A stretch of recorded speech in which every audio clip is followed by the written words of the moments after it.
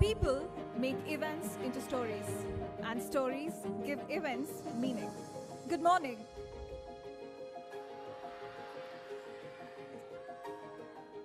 And what a morning it is, filled with excitement, inspiration, and the promise of greatness. I'm Tanu, your host for today, and a grand welcome to this momentous occasion, Narayana's Success Odyssey with Akash Vukoti, where we come together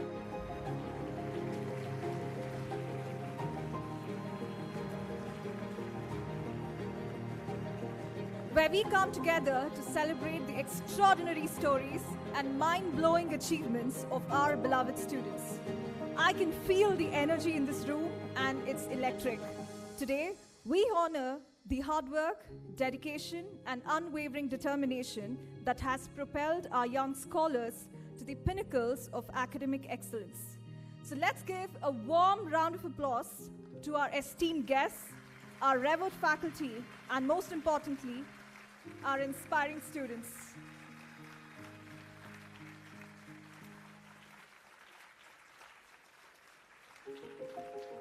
Your presence here today is a testament to the strong bonds that unite our Narayana family, a community that thrives on the pursuit of knowledge and the realization of dreams. Because at Narayana, your dreams are our dreams, and we're here to make them a reality. So get ready, my friends, because we're about to embark on a journey filled with stories of triumph, moments of pure joy, and a whole lot of excitement. This is a celebration of the relentless spirit that defines the Narayana way of life.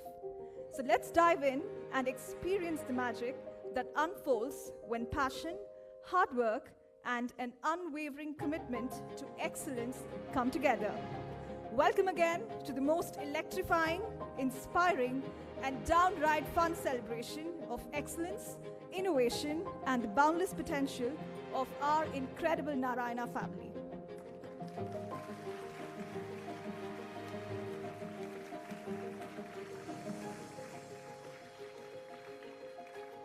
As we embark on this celebratory journey, let us not forget to infuse it with moments of joy and laughter. I have a special treat in store for all of you, a captivating performance by one of our talented students who will transport us to a world of rhythm, grace, and unbridled energy. Let's welcome on stage our talented Kriti Kirti from Kagadaspura branch to the stage for a dazzling dance performance.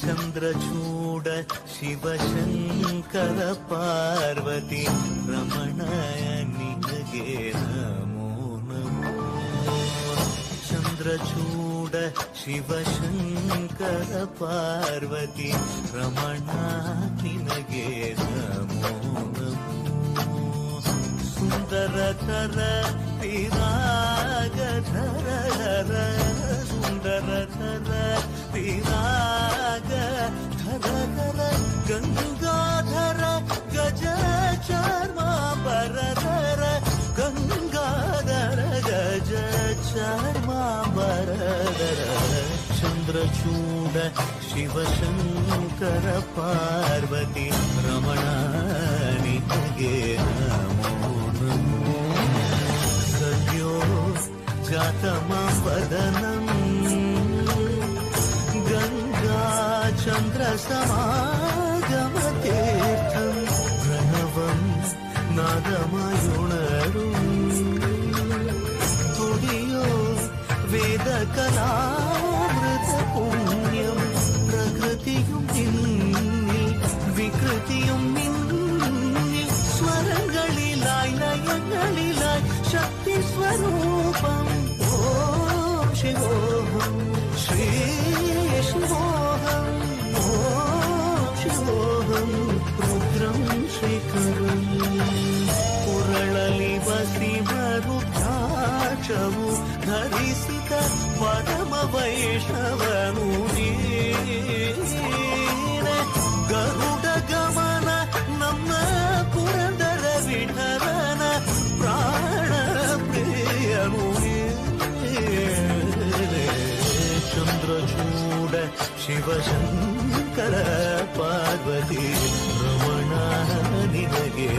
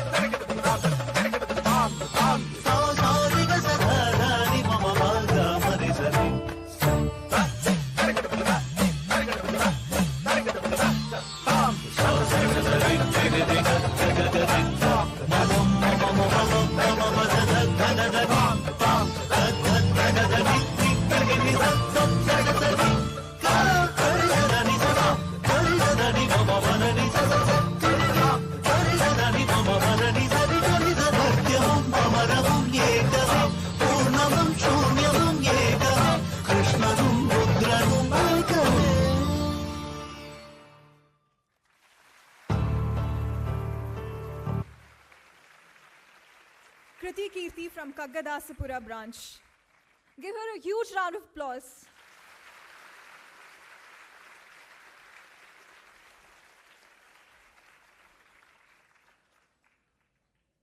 Thank you.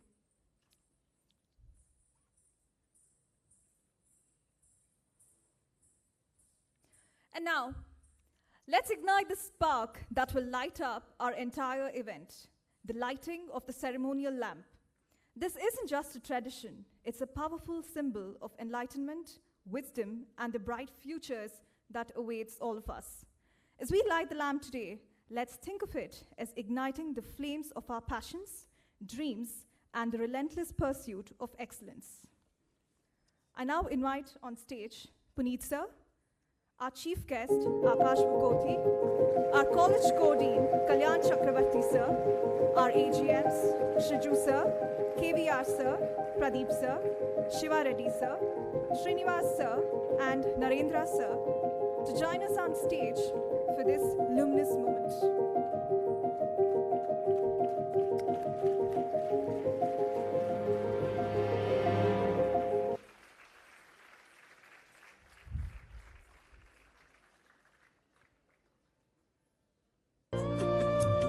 शुभं कुरुत्वं कल्याणम् आरोग्यं धनसम्पदः शुभं कुरुत्वं कल्याणम् आरोग्यं धनसम्पदः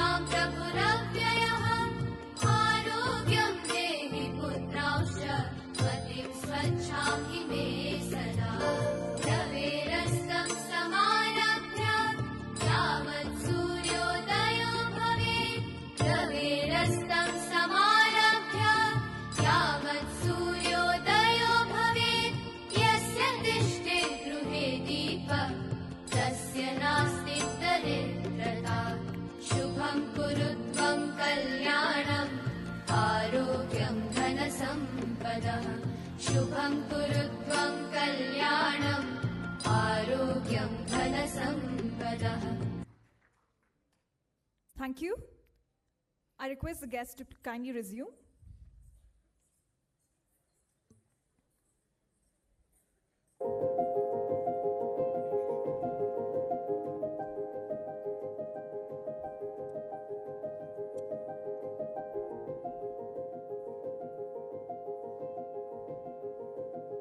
The Narayana Group anthem, titled We Are Narayana, is a powerful and inspiring song that captures the essence of the Narayana Educational Institutions. The anthem was composed to celebrate the spirit of the Narayana Group, which is dedicated to nurturing young minds and empowering them to reach their full potential. The lyrics convey the group's commitment to providing holistic education and fosters academic excellence, character development, and social responsibility.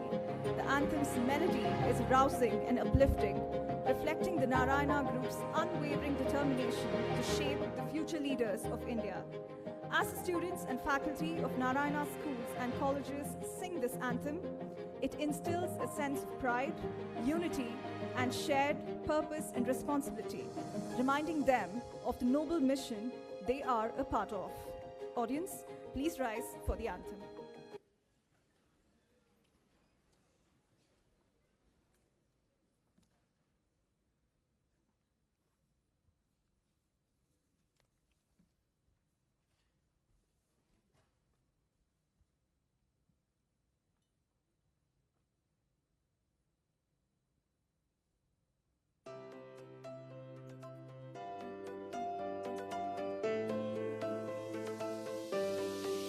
Each day we rise and sing, progress is everything. We are the pride of India.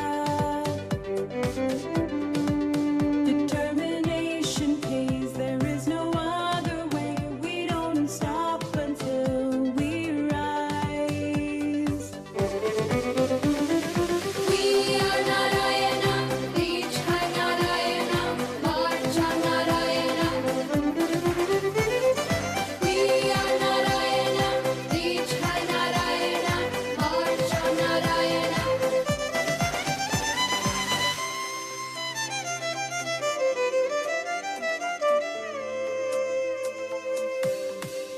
We work hard every day, nothing gets in our way. We are the leaders of tomorrow's world. We'll climb the highest peaks, progress is what we seek, and we will always reach our final goals. We are Narayana, reach high Narayana, march on Narayana. We are Narayana, reach high Narayana, march on Narayana. We are Narayana.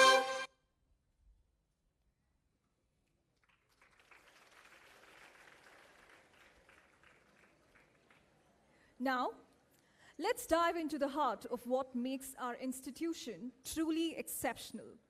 The Narayana Group isn't just a place of learning. It's a legacy built on dreams, dedication, and a relentless pursuit of excellence. At the helm of this inspiring journey is our visionary founder, Dr. Narayana Panguru. His unwavering commitment to education and innovation has transformed countless lives and set new benchmarks in academic excellence. Through this audiovisual presentation, we'll get a glimpse of the rich history and inspiring journey of the Narayana Group. From groundbreaking teaching methods to unparalleled student achievements, this is where knowledge meets inspiration and dreams become reality. So, sit back, relax, and let the captivating story of the Narayana Group unfold before your eyes. Let's roll the AV.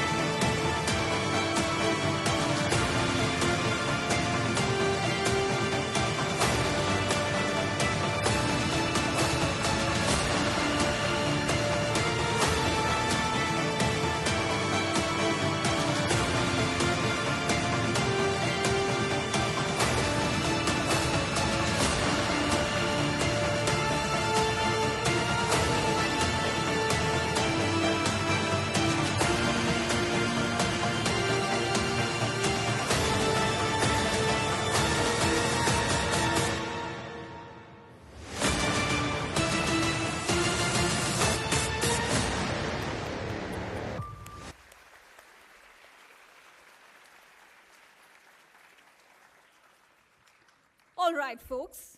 Now it's time for one of the most anticipated moments of the day. We're about to witness the fruits of our students' hard work, dedication, and relentless pursuit of excellence. Yes, it's time to unveil the spectacular results of 2024.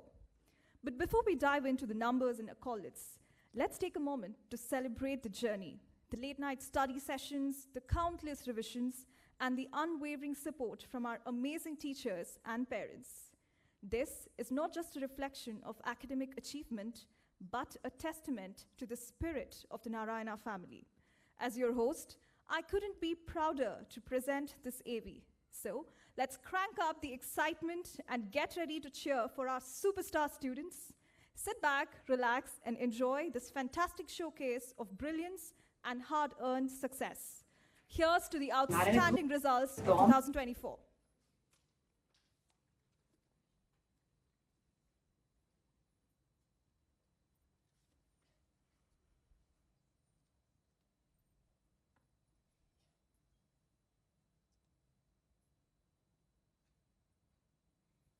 Narayana Group has been dominating the results, not just in AP and Telangana, but across the country.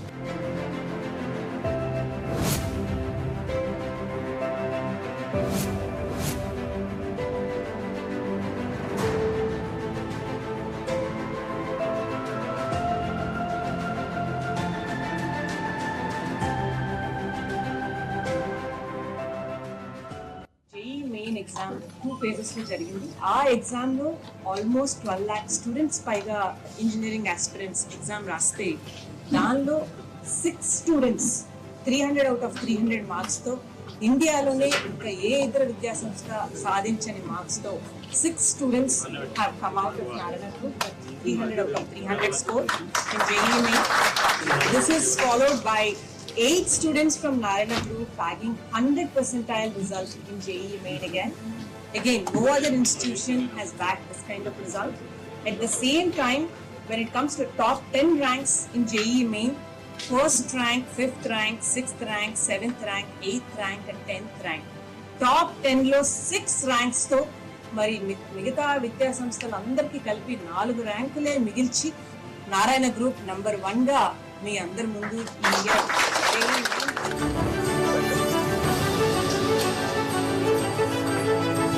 I am able to achieve this result because of the curricular activities provided by Narayana. I would like to thank Narayana Group of schools.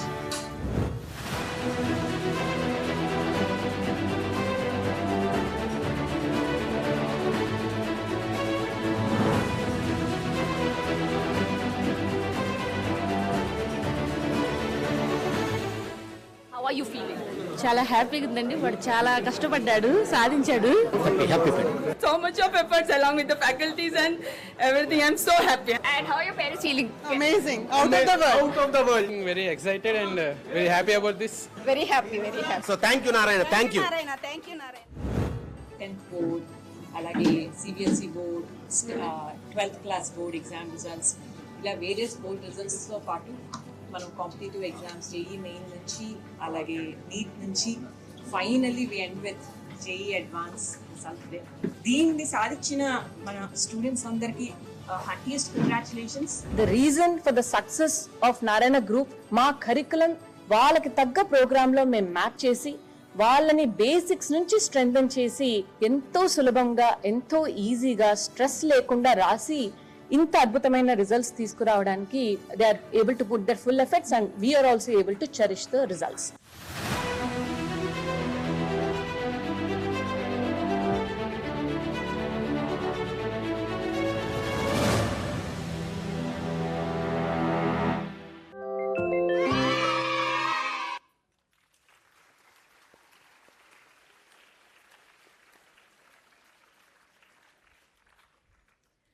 Today is all about celebration.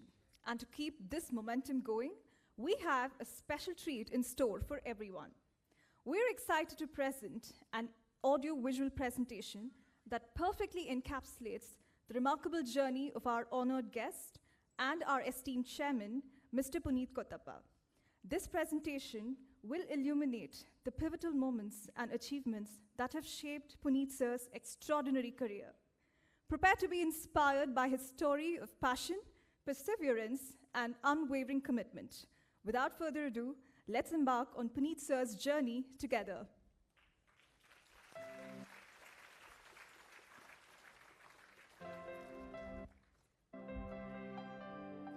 Mr. Puneet Kottappa, the visionary president of the Narayana Group.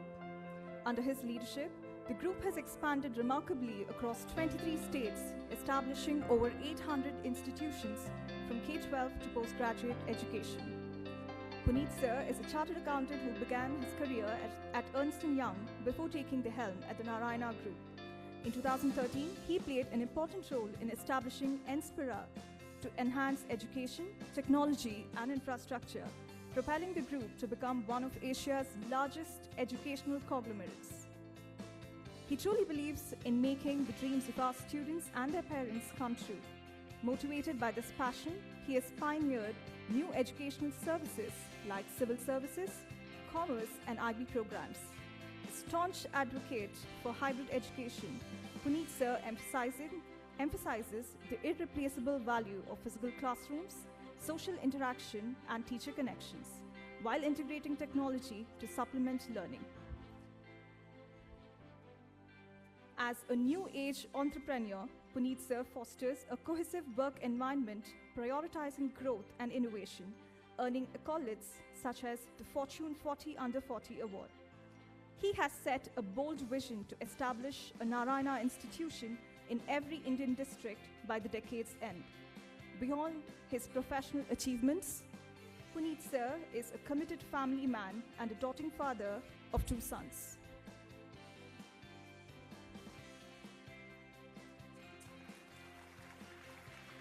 Audience, please join me in welcoming our esteemed chairman, Mr. Puneet Kottappa, to the stage.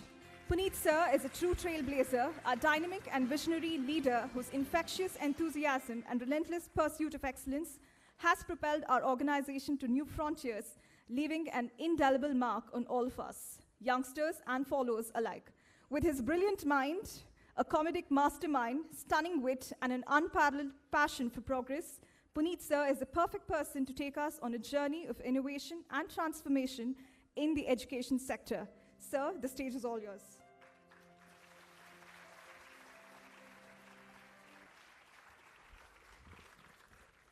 Thank you everyone for that wonderful introduction. Very happy to be here. Thanks Akash for coming all the way and being with us. And I want to welcome all of you to this wonderful day today. It's different, right? It's different from what you're doing every day. It's different to see the Narayana Group like this. I know you're all studying hard, working hard, writing exams every 2 weeks, results every day, and parents asking you how much you got, teachers asking you, coordinators calling you. But sometimes you need to take a step back. Take a step back and think about where your life is headed. Be inspired. Open your mind to new possibilities. And today is a day like that, where you're going to hear from a young child who is just like you, actually your age. I think most of you are around the same age. And take an inspiration from his story, what he's been through, and see where his life is headed and what you can learn from that. I mean, that's something that you must be very cognizant of today. Not just about the group and us and the multiple students who succeeded who are going to come out today and talk about their journey. It's for you to absorb everything and inspire yourself, right? I just want to speak a bit about the Narayana Group today. We just signed our school in Jammu and Srinagar 2 weeks ago. And why I say Jammu and Srinagar, this is because if you've reached Jammu and Srinagar, you've crossed Himachal Pradesh, Punjab, Uttar Pradesh, Madhya Pradesh, Orissa, West Bengal, Gujarat, Maharashtra, Rajasthan, and literally every state in the country today. And I can tell you that the reason for this success is because the hard work and commitment of the teaching faculty and the administrators that we have.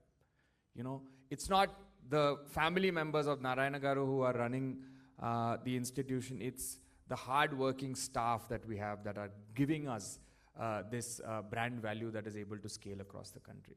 So whenever I go, and speak to students in Mumbai, speak to students in Orissa, or speak to students in Punjab, all children, every child is alike.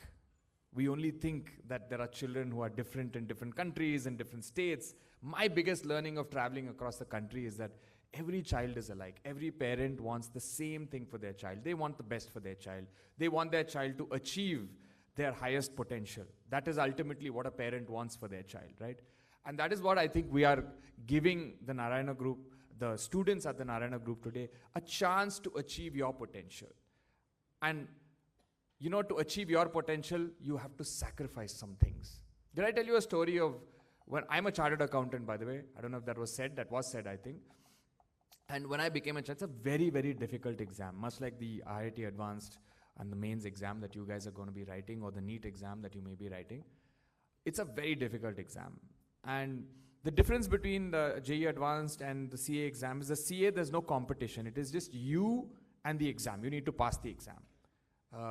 You know, the competitive exams that you guys are facing are even harder because you have to compete with another person. You have to get a better rank than everybody else. But when I was writing my CA exam, you know, for 6 months, I didn't see sunlight. And let me explain to you how I didn't see sunlight. I would wake up at 6 in the morning, be inside my room, study. I had a schedule. I had written down a schedule which would end at 6:30 in the evening. I would get dinner, lunch and breakfast to my room. And I used to go out for a walk at 6:37 when it was already dark. And I did this continuously for 6 months. I didn't go for movies. I didn't watch cricket. I think that time, I don't know what year that was, 2009, 10. So I don't know if there was cricket on. I'm a huge sports fan. I watch a lot of sport. I didn't watch Barcelona. I didn't watch cricket those 6 months. And I sacrificed a lot of things to achieve what I wanted to do. Okay? And nobody told me, oh, my poor child, why are you working so hard? I did it for myself. It's because I wanted to get somewhere. I wanted to achieve something. So all of you have taken that journey, made that commitment to yourself and to your future. I wish you all the very best in whatever you want to be in your life. That is the most important thing. The last thing I want to say about the Narayana Group is that you all know us as a very strong engineering and medical brand today. But what we're looking at is now we're going to expand that to a commerce. We're also going to expand that to arts and humanities in the next few years. The CUET is going to become a very important exam. We're going to focus on that. Law, CLAT, your law entrance exams is something that we're thinking about. So in the future, the Narayana Group is going to stand for excellence in any field or any career that you want to get into. That is the vision of what we want to build today. Again, coming back to today, I'm very, very happy to have Akash here with us. I remember watching Akash on Instagram, by the way, with Mr. Steve Harvey, who is this little child who's 6 years old, I thought I'm very good at spellings. I'm going to compete with him today, by the way. But I saw this little child who's spelling all these big words, and obviously he's a special child. But it's more than just being a child who's making spelling. It's very fun to be around, you know. And that's what I caught on when I was seeing him on YouTube or on Instagram. So I'm very happy that all of you had the opportunity to interact with him and be around him and be part of this day. I want you to be a sponge today, absorb everything that comes to you, reflect on it, and make your life better. Okay? All the best, and thank you very much.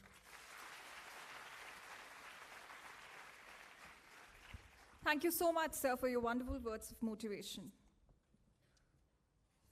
So what do you all think is next? I can't hear you guys. Awesome.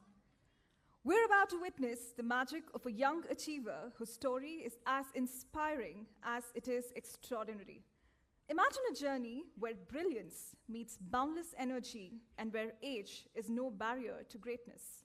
Meet Akash Bukoti, a name that echoes across continents, not just for his incredible intellect, but for his infectious enthusiasm for life. At a mere 15 years young, Akash has already left an indelible mark on the world of academia, entering American Mensa at a jaw-dropping age of 3 and becoming a Davidson Young Scholar by age 5. And who could forget his record-breaking entry into the Scripps National Spelling Bee at just 6? But Akash isn't just about spelling out words. He is a charismatic TV sensation who's lit up screens on shows like Little Big Shots and Dancing with Stars Juniors. With a YouTube following that rivals a rock star's fan base, Akash doesn't just entertain, he inspires. What's more impressive than his achievements is his heart of gold. Akash has championed causes like the Children's Miracle Network and COVID-19 relief efforts, proving that age is just a number when it comes to making an impact. Today, we are privileged to have Akash Bukoti here with us. Let's buckle up and get ready for an adventure through his incredible journey. Akash, your story is more than just a tale of success. It is a saga of dreams, determination, and dazzling charisma. Welcome. Let's have the AV, please. No word that this little big shot can't spell.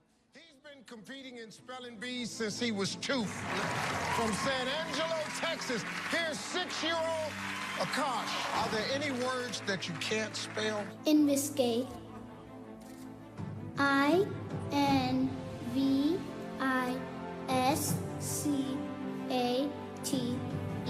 Investigate. Ready, set, spell! He's so gifted in a way that kids who are 6, I've never seen a child spell. N-U-K-U-A-P-U-A-A.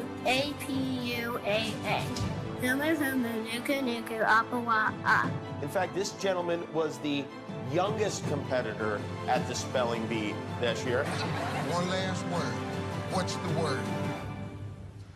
Pneumono ultramicroscopic silicovolcanoconiosis. What did you say? C-O-N-I-O-S-I-S.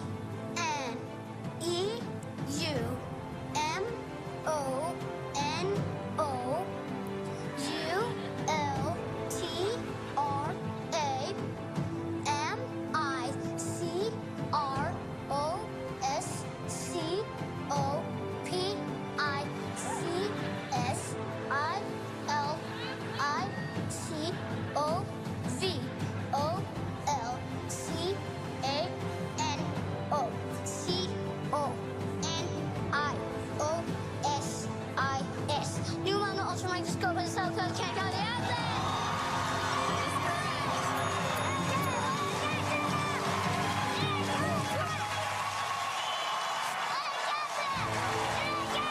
The greatest of all time. He just spelled mononucleosis in the volcano. Yes.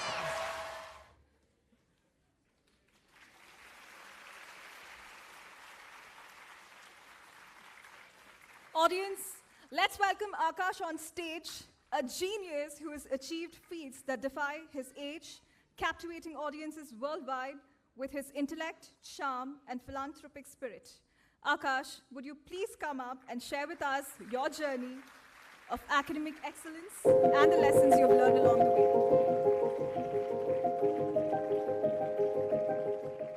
We can't wait to hear from you.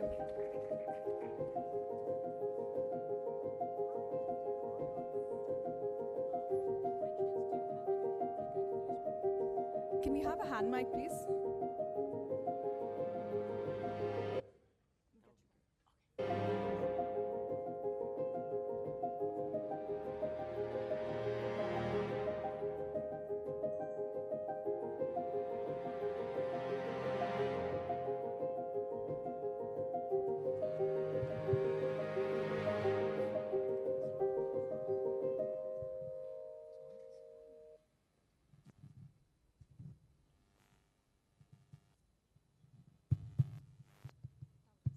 Oh, there. All right. Hello, everyone. Namaste to the students, the faculty, and the administration here at the Narayana Group of Educational Institutions.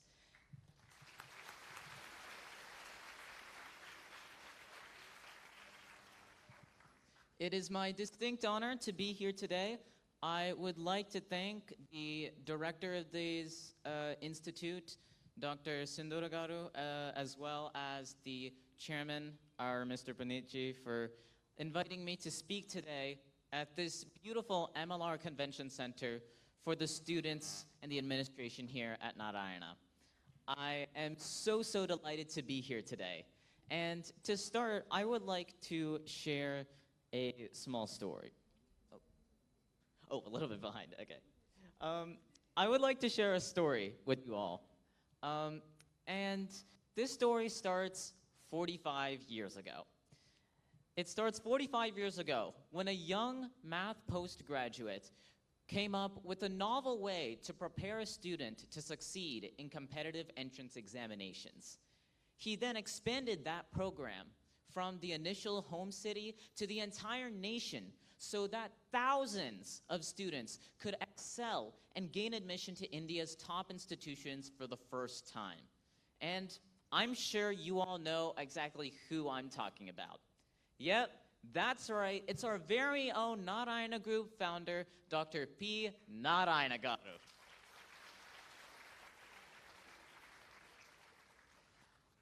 The incredible foundation that this visionary laid 45 years ago has blossomed into today's incredible Narayana Group of educational institutions, which, as you saw in that AV, spans 23 states all over India.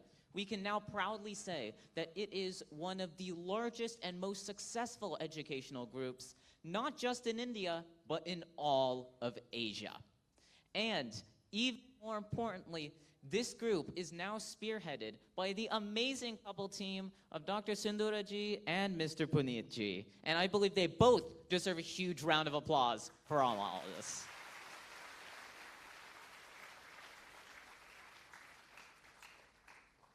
And now, our Dr. Narayana Garu, thanks to the voting, has not only become a representative in the Andhra Pradesh Assembly, but is actually now serving as a minister in the AP cabinet, which I think that is really incredible. And he's serving as the Minister of Municipal Administration and Urban Development, which is a very important role for Andhra Pradesh, considering what's going on right now. And I think it's very important to consider the incredible transition that Dr. Narayana Garu has made, firstly, from pioneering this incredible institution to now becoming a minister in the AP government. I think that that is incredible and also deserves a huge round of applause.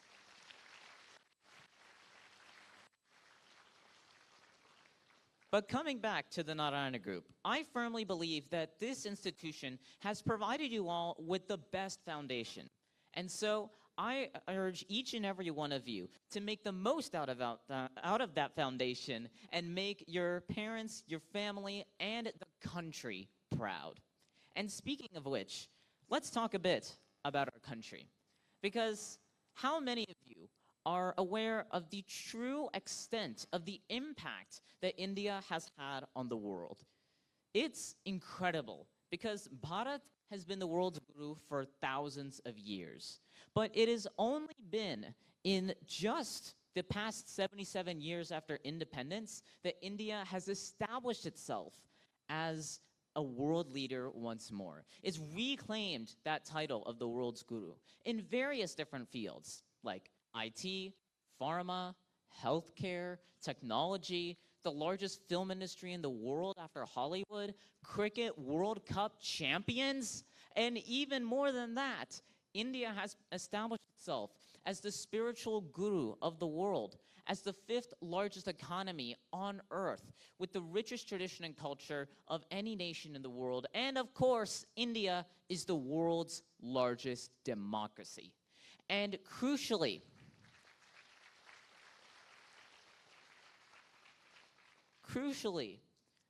the important lesson to take from this is that these remarkable achievements are thanks to the hard work of our previous generations, who worked tirelessly and devoted their lives to making sure that the India we live in right now is the best it can possibly be. And now it is our generation's turn, all of your turns, to make this possible, to improve upon the incredible legacy that we inherit today. So if each one of us, well, excels and does our part, then together, India as a nation can rise up and secure its rightful position amongst the greatest in the world. And to do this, I have observed a set of 5 principles, 5 steps for success, 5 steps which I believe we can all use to motivate ourselves and move forward to achieve success in life. And these 5 steps are, firstly, finding your passion, what it really is you have a burning desire to do in your life. Then, number 2, setting up a goal for you to work towards. Number 3 is working hard without distractions. Number 4 is overcoming challenges and dealing with stress. And finally, number 5 is perseverance and never giving up until you reach your goal. These 5 strategies have changed my life, and I undoubtedly believe that if you follow this, the same could happen to you. So today, I want to share and discuss these 5 steps for success so that together we can continue the incredible legacy we have inherited. So let's start with a simple question to begin on our first point.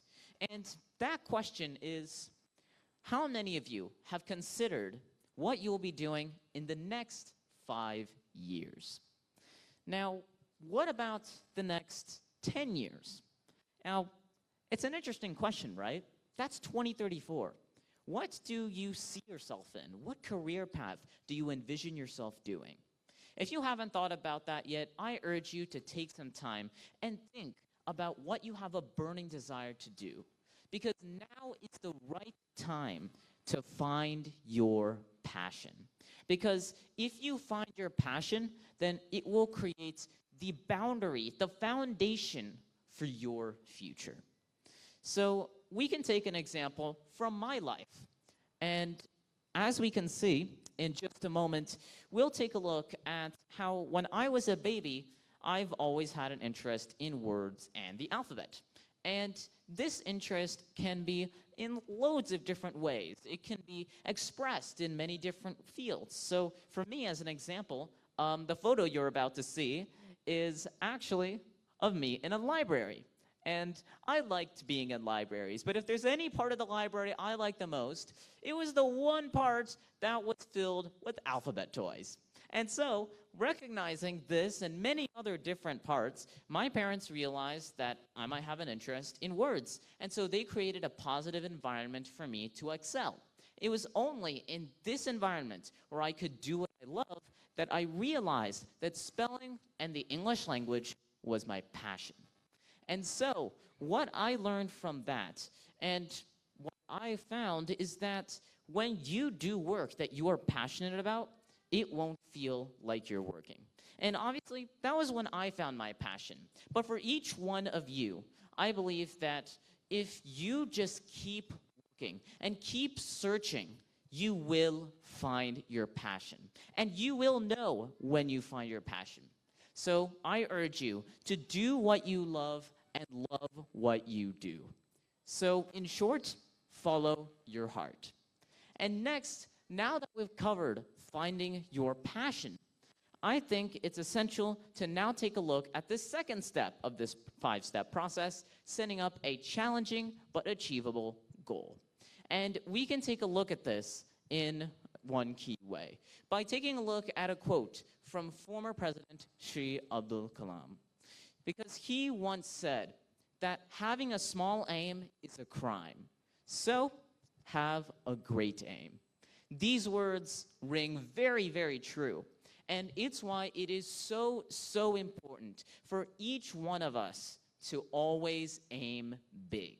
Because establishing ambitious long-term goals allows us to set up a brighter future for ourselves. It sets us up for success. And even more importantly, after you set up that long-term goal, divide it into smaller short-term tasks. Tasks that you can kind of step up to on your way to reaching your goal. It allows you to make what used to be almost impossible now very, very simple, or at the very least, straightforward. So I used this technique to compete at the National Spelling Bee and become the youngest boy to ever make it. In 2000, 16 when I was 6. By setting up these goals, these short-term goals, firstly, winning my classroom B, secondly, winning my school B, and thirdly, winning my regional B. And even more than this, I used this exact technique to compete at the Scripps National Spelling Bee a record 6 times. And this, all of this story, what this means in the end is that if each one of you uses the opportunity to set up an ambitious goal and then divide it into achievable tasks, you will be able to define a clear outline, a roadmap of what tasks you should do right now if you want to succeed in the future. And although establishing these goals is a great first step, it won't be accomplished unless we have the focus and dedication to move forward. And that's why it's so crucial to work hard. If each one of us establishes efficient time management strategies and then works on focusing without distractions, then we'll be able to achieve what we want a lot quicker and a lot better. And we can take a look at this in some key ways. So let's start by talking about time, because time is the most important thing, or at least the most valuable thing in this world. And why might that be, you ask? Well, it's because time only exists once. Time waits for no man. And that means that we need to be able to make the most use out of the 24 hours we have every day without getting distracted by phones or video games, social media, streaming, TV, countless others. We should be the ones in control of our actions, not our impulses. And the number one tip that I discovered in order to make this happen is exclusively to establish a daily schedule and review what you do constantly.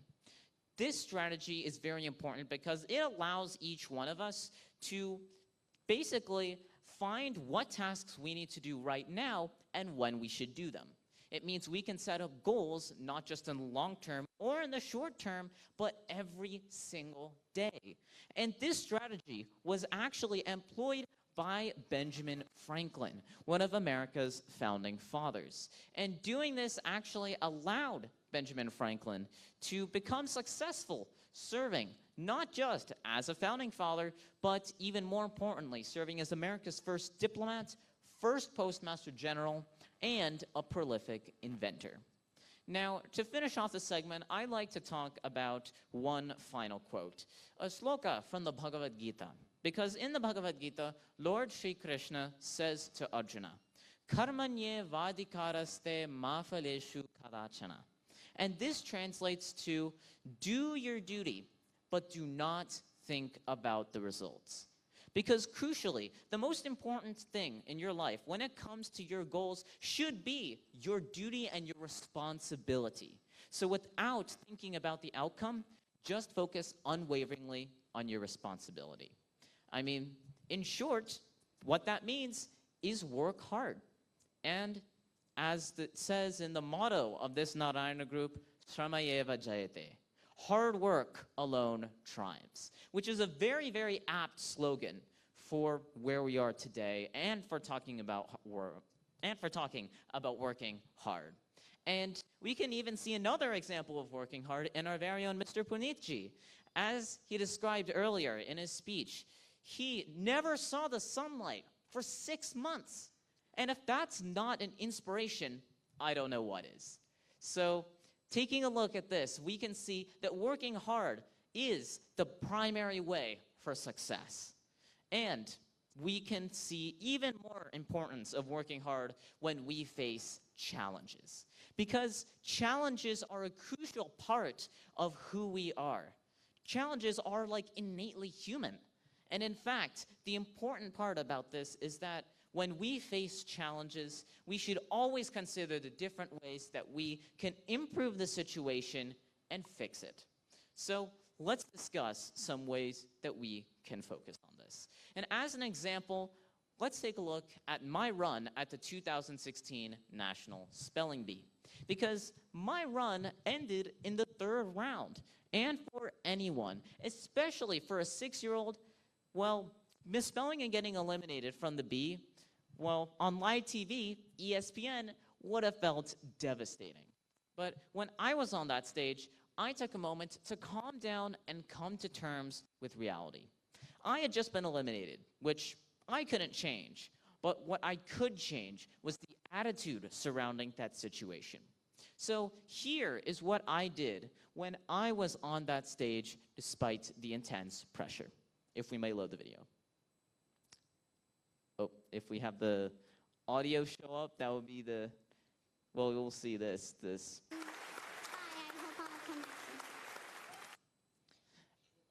Yeah, maybe if we go back a bit just to replay that, so. All right. And here's the video. Akash will be remembered for redefining the word sportsmanship. Good luck to all my fellow scouts, and thank you, and bye. I hope I'll come back soon. So, what happened there?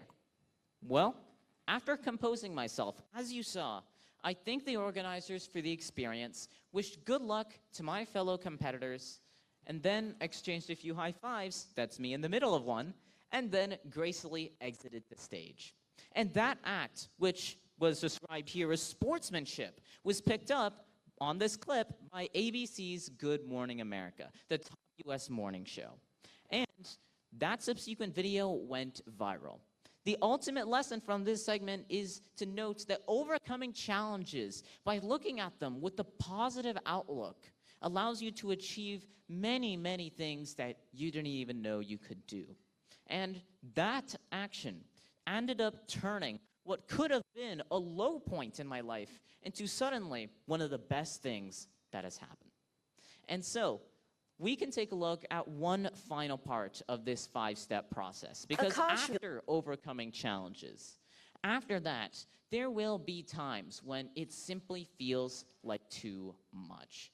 There will be times when it feels overwhelming. And in those times, it is crucial for us to consider the wise words of Swami Vivekananda. Because he once said, "Arise, awake, and stop not till the goal is reached." And what that means is that the #1 tip when it comes to perseverance, to reaching progress and achieving success in life is ultimately to never give up. And that's because it is only when we persevere, when we strive to reach our goals, that we will see positive change happen in our lives. And so, we can take an example of this in each one of us. You can ask your parents this, but how many times did you fail as a kid before you finally learned to walk? How many times did you fall down or stumble? The answer is probably countless times, right? And it's the same for all of us. Every stumble we had when we were a baby taught us a valuable lesson. And we learned from those lessons to ultimately succeed. And so we can apply that perspective, that principle, to our lives. It is essential for all of us to constantly remember that we will be overcoming and learning from every challenge that comes our way. And that ultimately, no matter how many times you may fail, you will eventually succeed.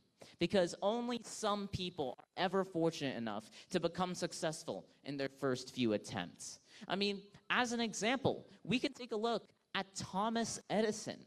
Thomas Edison faced nearly 2,800 failures before he finally invented the working light bulb that changed the course of humanity forever, that lit up humanity, that we now use every single day.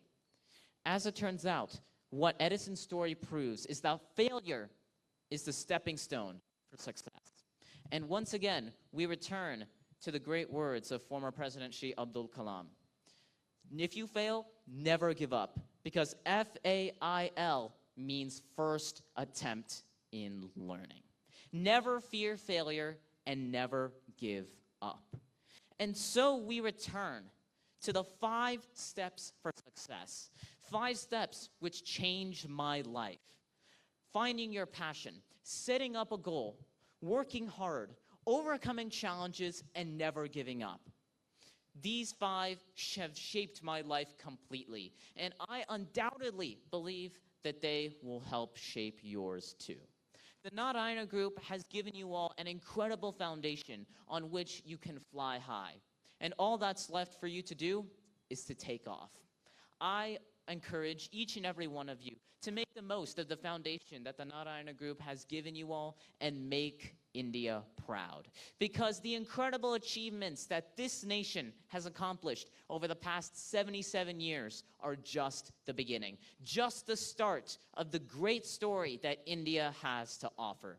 And I am very confident that with dedication, passion, and perseverance, each one of you will help enlighten the world and elevate India to greater heights. So, Jai Hind, and God bless India and the United States of America. Thank you.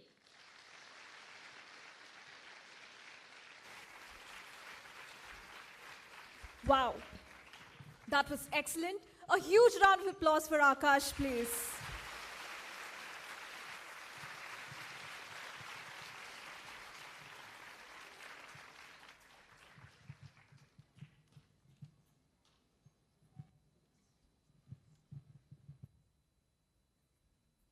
Audience, what do you think we have next in store for all of you?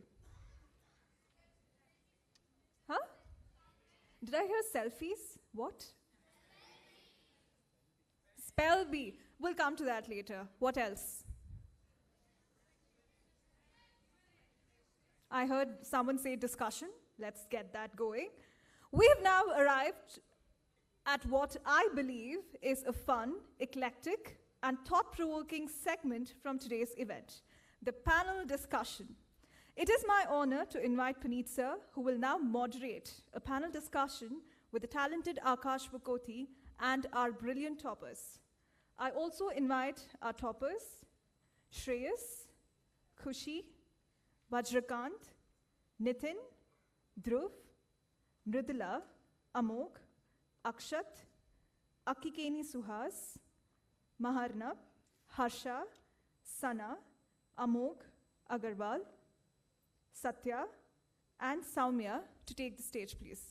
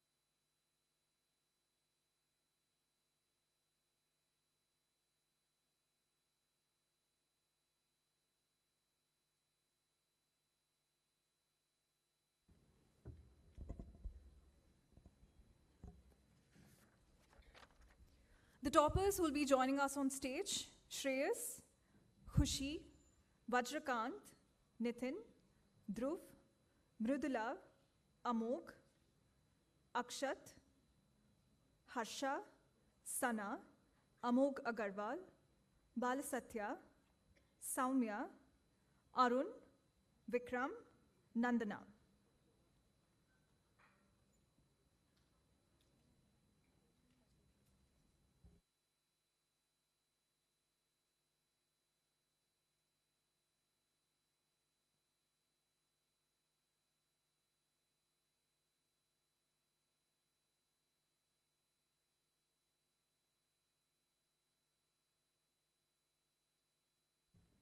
Maharnab and Nitin.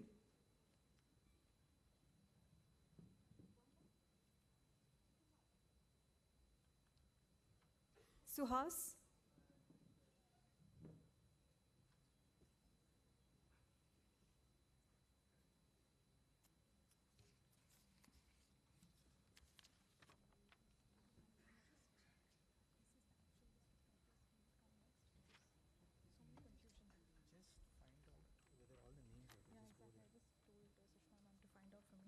These are the names, that's all. there is Suhas and somebody.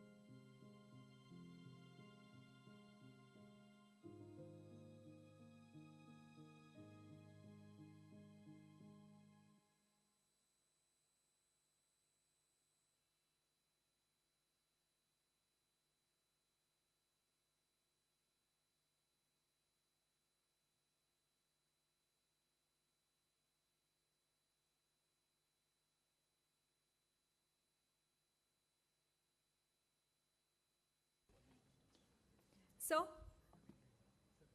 Akash and Puneet sir, can we please have you on stage? Our toppers are already on stage waiting for you.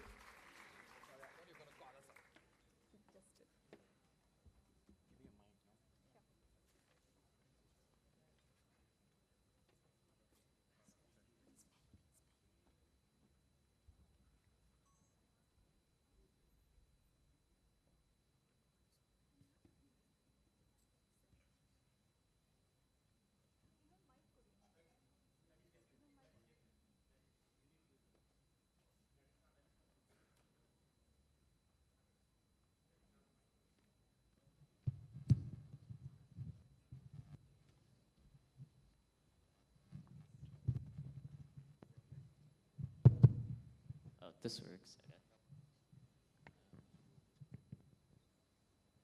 Check. Yeah. Okay, so hi, welcome everyone. This is a very interesting format. So what I'm going to do is I have a list of questions with me, which I always wanted to ask Akash every time I saw him on YouTube or on Instagram.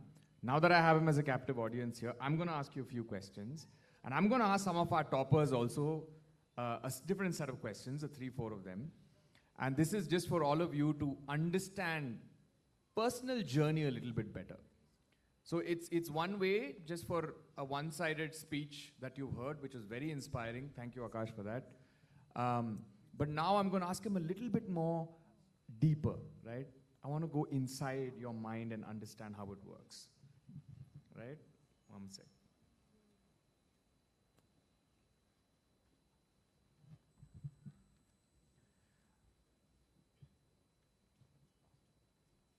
Akash, I always wanted to ask you, you got fame at a very young age, right? How did that fame change you, and how did you manage people around you coming and saying, oh, aren't you that kid who was on TV, and aren't you so special? How did you manage all that fame that came to you so quickly? That's a great question, Puneetji. I think I'd say the simple answer, or the short answer, would be I always try my best to take that with like as much humility and grace as possible. I think that it is most important, like, to be at that level, like, that's by God's grace, I'd say. And so to have that opportunity there and to be in that position, I should take it with as much grace as I can and humility, because ultimately, my end goal, especially with the public speaking that I do, is to try and inspire people and motivate people using parts of my story in the process. And I always want to try to stay humble, partially as a part because it's the best manners to stay humble and graceful and grateful, but also to serve as an inspiration to have others do the same as well. So that way we can have, better society. Were you in school and they all treated you differently and said, Akash, what happened in school? Tell me, did your classmates saying, oh, you're a special kid? How did that work for you? I was actually homeschooled for most of my life, until this year, actually. So what that meant was my parents were the ones who were, basically doing the school, essentially. I would obviously still have homework and all that, but the only thing I was missing is, like talking with others and all that. But I'm a bit of an extrovert, as you could probably tell. So I was generally fine with, being homeschooled and still being very talkative of a person. So there was a lot of that. And so far, right now, I'm actually going to, a real school, you could say. And it's been going great. I'm, trying to stay as, the same level of humility as I mentioned earlier. And I've been making a lot of friends and whatnot, so it's been fun, and I've been really enjoying it, actually. So it's been going great. My next question is, now that we know you're special and different, are there expectations that people have around you, and including your parents? And you can be honest, right? Now that they know you're capable of doing so much in life, your parents are going to say, no, Akash, you must get here, you must reach this. Is there a pressure of expectations on you? I wouldn't say that much, no. My parents have always been very supportive of me, and like in whatever I do, whatever I want to pursue. So as I mentioned earlier, when I was starting out in the spelling bee field, or in the spelling field in general, my parents were actually the ones who took me to my first spelling bee when I was 2, and that was the image that you saw of me, like as a young child, just writing with a pencil on the test paper. And from there, that's when I realized I had a lot of interest in it, and from there I started competing and more, and then that's where my passion began, or officially began, you could say. But my parents have always been there for me, and always been very supportive, so I wouldn't say I have that much pressure from them. And also myself, I tend to like try and reach high with my goals. So like personally, I generally tend to, you know, aim high, as I mentioned as well, because aiming high means if you shoot for the moon and miss, you're still gonna land amongst the stars. So always worth doing so, in my opinion. Fantastic. I want to ask you about public speaking, because it's something that's that Indians don't excel at, let's be very honest. South Indians even more, right?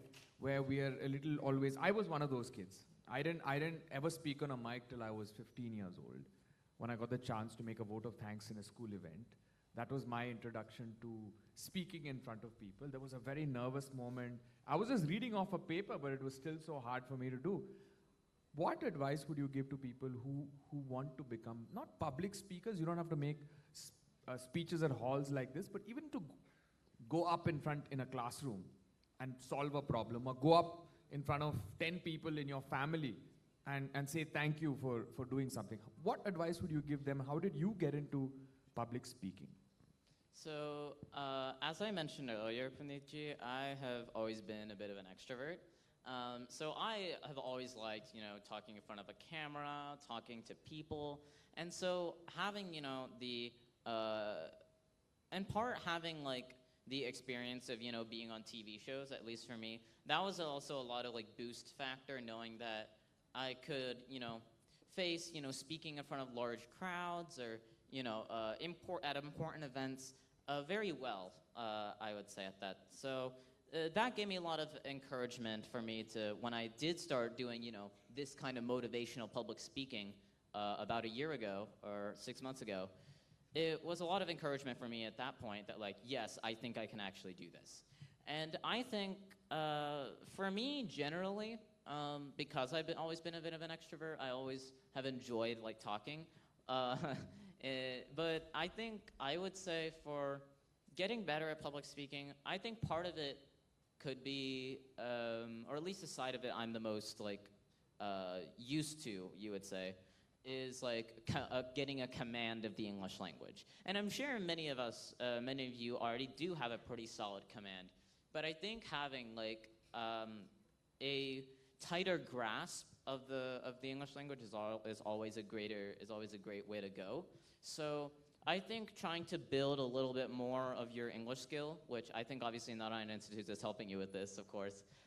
But having that as a start is, I think, a pretty good solid foundation.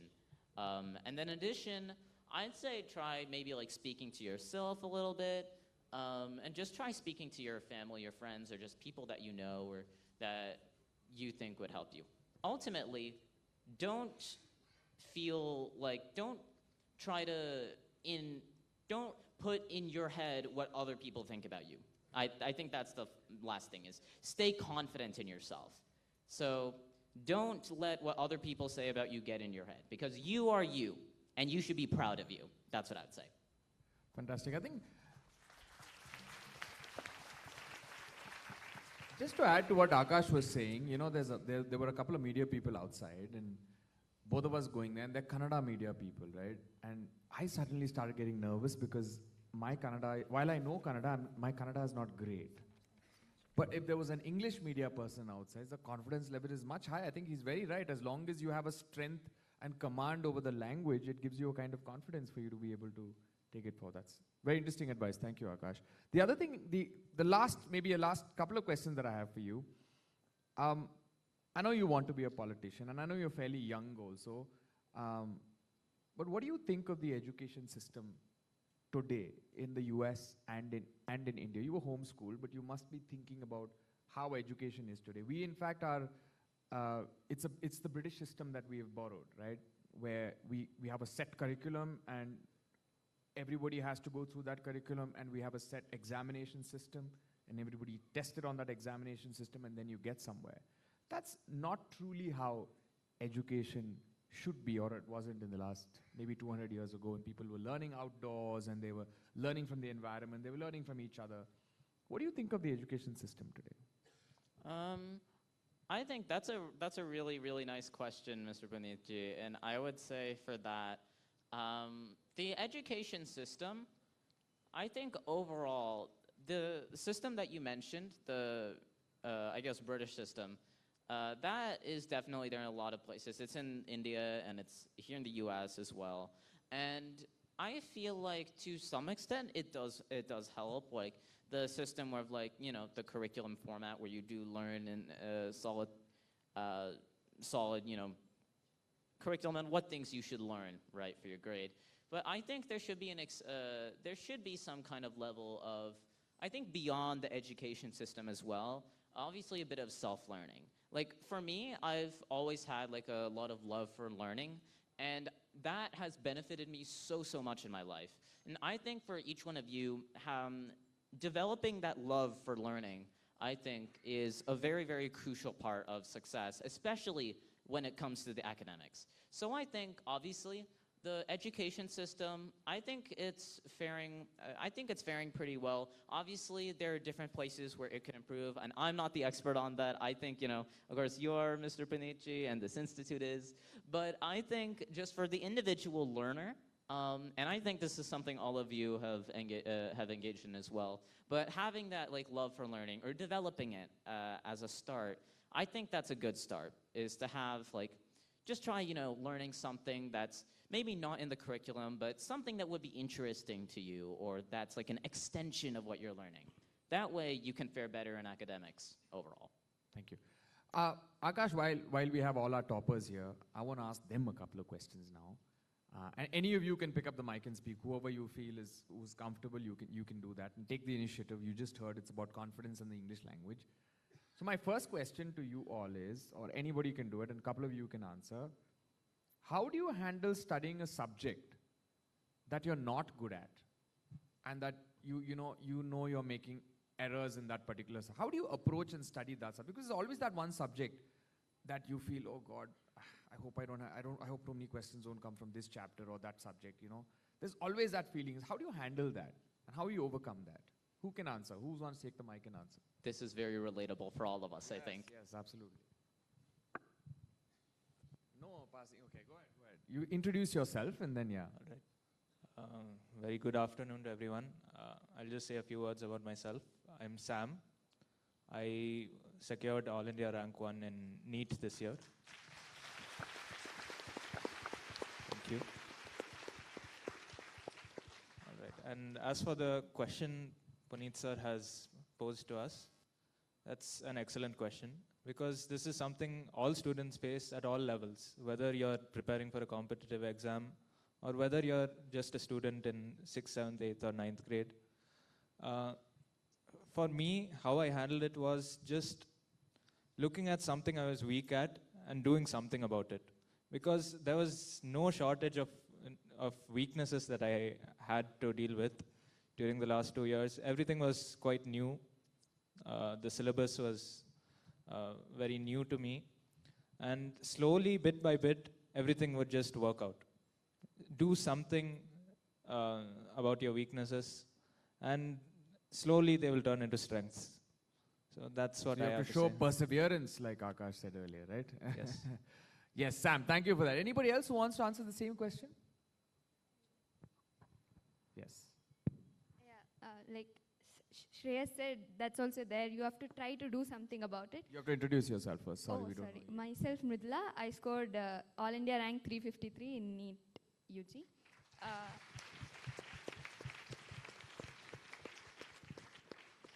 So one more thing that worked for me is changing your outlook on it. Until one point, you would be like, why do I need to study this? And you would be I can just by heart and move on. Instead of that, try looking at it like, why can't I do it? If I try a little, maybe I will understand it, and then maybe I will like it. So for me, I did struggle in some subjects, in some topics, and until a point I was like, no, I can't do this. Probably I'll just by heart before exam. But that obviously didn't work out. So once I changed my outlook to maybe I can do it if I try a little, it helped a lot, and it helped. I could do those questions easily even in the final exam. So how you look at that topic also matters than studying it. Fantastic. Very nice. Very well said. It's about attitudinal change, right? I have another question for all of you. And this you got to answer me very honestly. Okay? You got to be honest. The promise is you have to be honest. Now, I was talking a bit earlier about sacrifices that one has to make to achieve something in life. And it's not just at a school level, even in life, even in jobs, you know. There are some people who make a lot of sacrifices at home for their work, and that's what they need to do to get ahead, right? So now that I'm sure all of you to reach a topper and crack this exam, you've made a lot of sacrifices, right? Can you share some of the sacrifices you've made? And sitting here, do you regret them now, saying I shouldn't have done that? Or, you know, maybe I could have watched that movie or that cricket match or gone out with my friends. Do you regret that, or you're happy saying, I'm okay, I made those sacrifices? You can be honest. Yes, somebody from the back? Any of you want to answer? Anything, is this yet? Yeah, just share. Just pick up the mic and share. That's what we want to hear. Yeah, go ahead. Hello, everybody. My name is Vikram. Can you stand, please? We can't see you, yeah. Vikram, can you stand? Yeah. Sorry. Yeah, great, thanks. Hello, everybody. My name is Vikram. I've scored an All India rank of 1300 in NEET this year.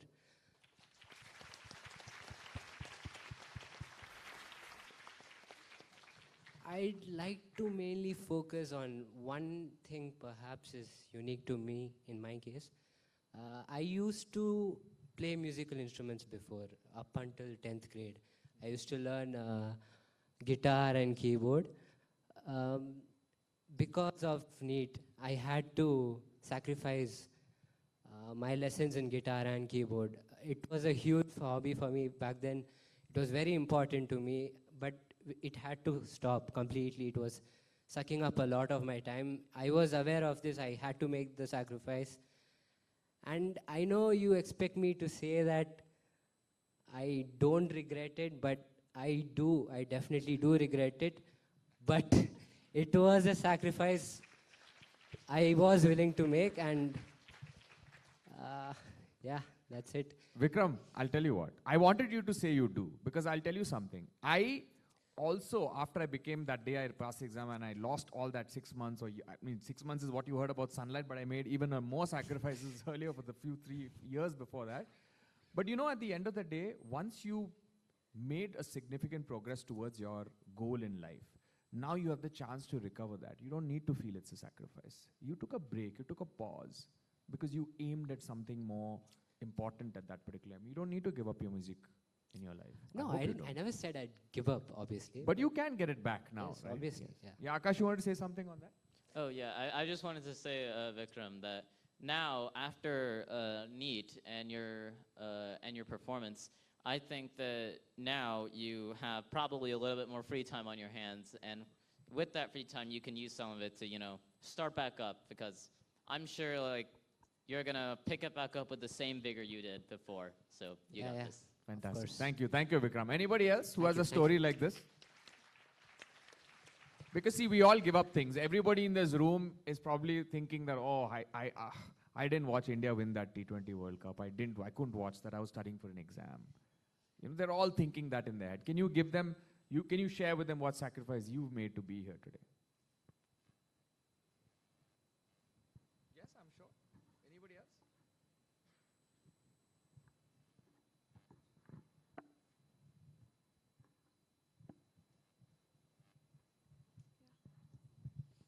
Yes.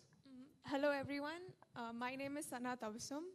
I've secured a KSET rank of 4 and a Comet K rank of 3.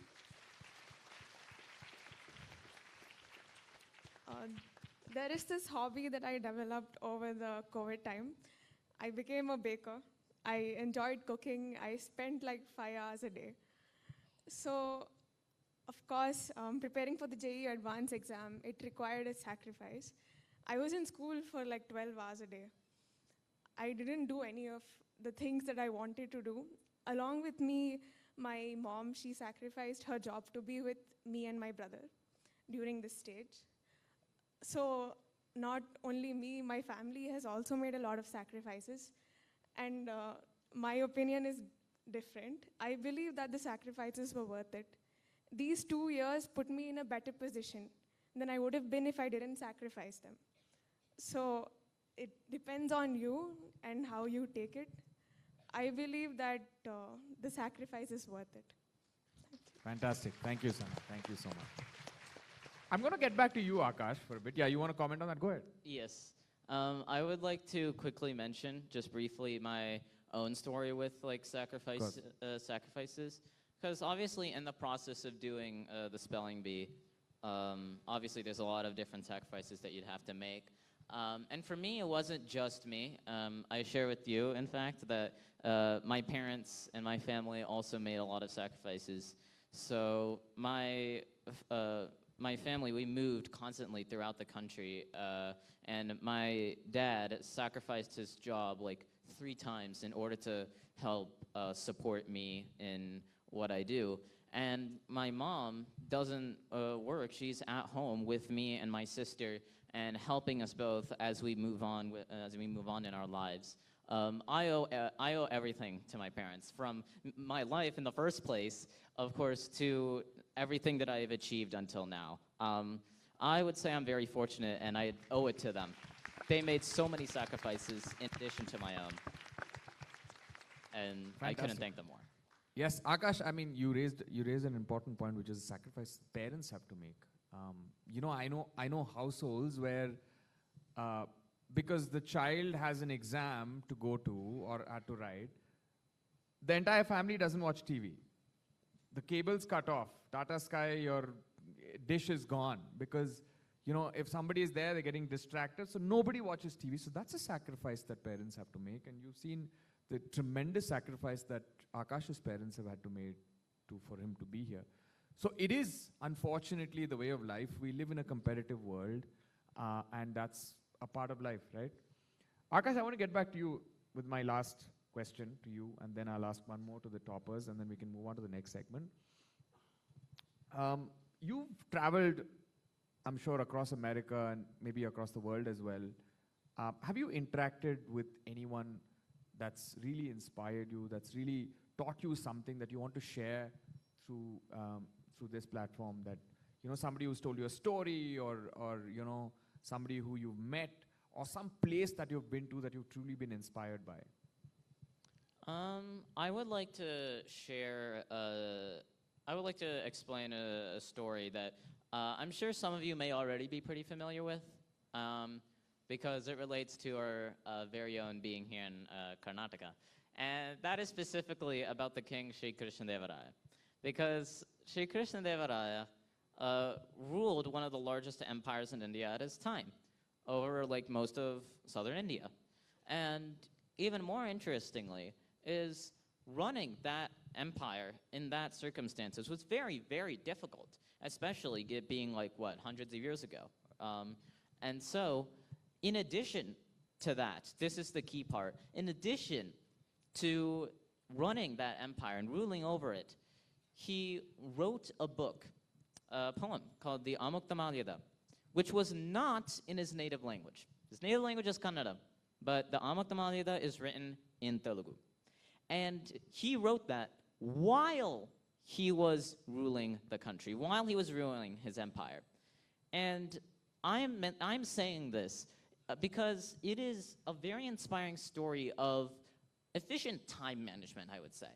Because if even the emperor of one of the most important and crucial empires in the entire region was able to write a really long and really well-written book in another language that was not his native one, and if he was able to do that while ruling, like, if that says something about his devotion and effort to what he does and how he did it, that says something very, very important that I think we can all learn and utilize in our own lives. Fantastic. Because I'd say the number one thing that a lot of our generation needs, that you all have mastered this, but the number one thing that we all use, that we all should be using to move forward in our lives is focus.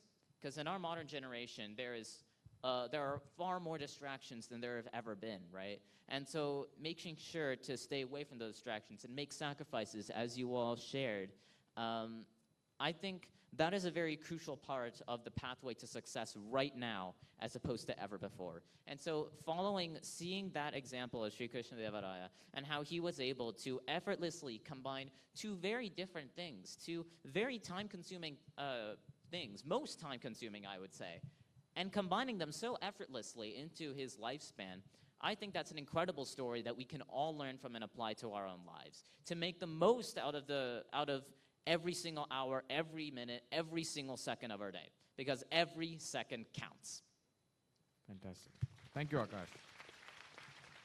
I know there are some parents who are here of the children here on stage. I want to ask any of the parents to stand up and share their journey of how they, what they faced when the child was going through Narayana, the curriculum and the examinations and the weekend and the Monday exam. We have a Monday exam, by the way, because you have to work hard on a Sunday, so you need to have an exam on Monday, right?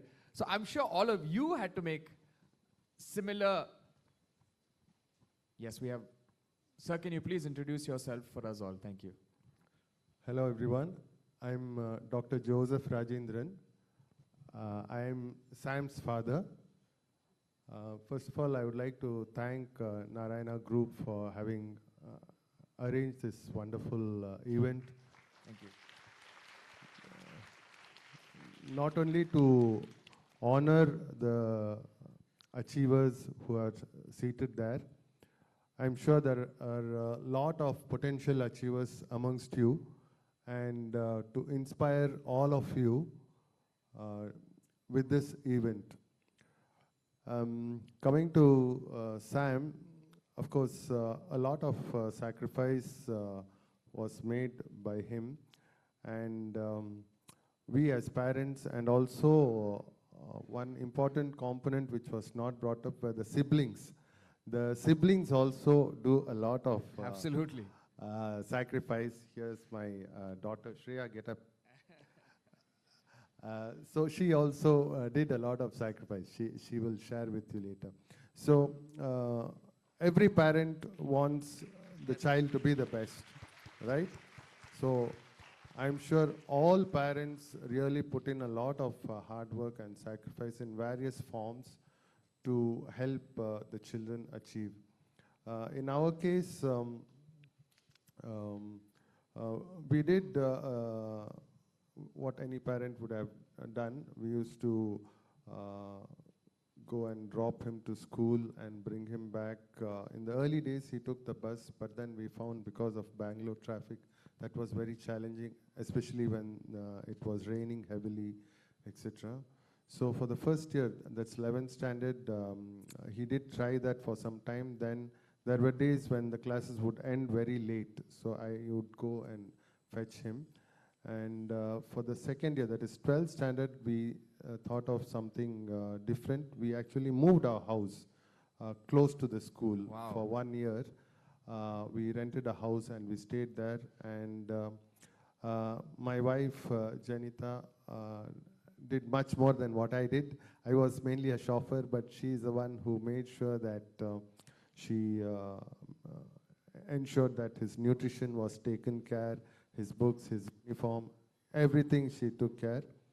And my daughters used to stay awake with him late night to motivate him. After a busy day, sometimes he would get a bit demotivated.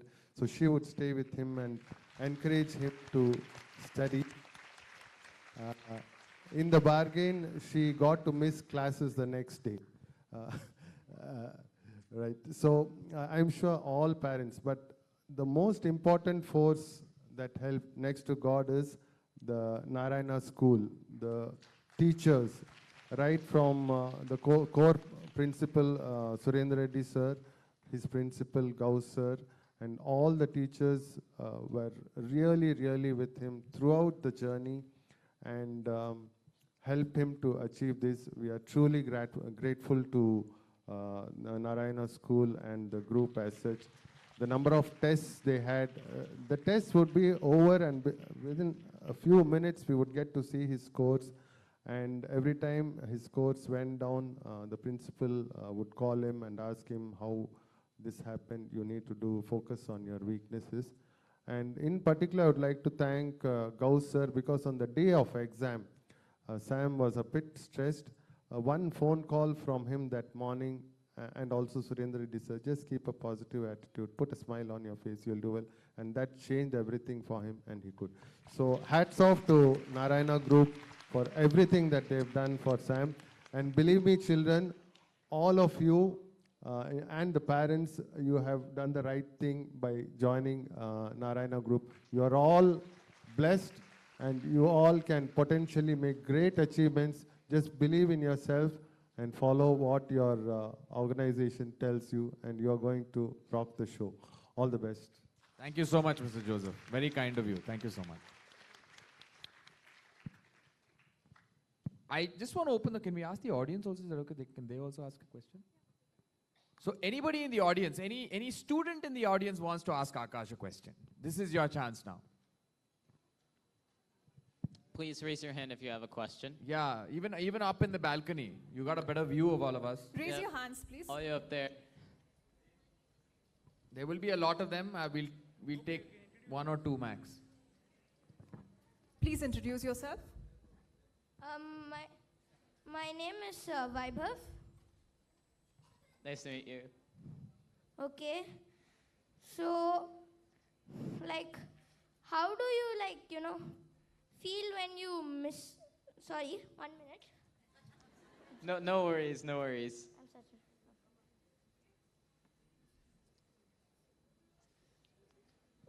Who is the person that, helped you the most other than your parents? Who is the person that helped you the most in everything? Oh, okay, I like this.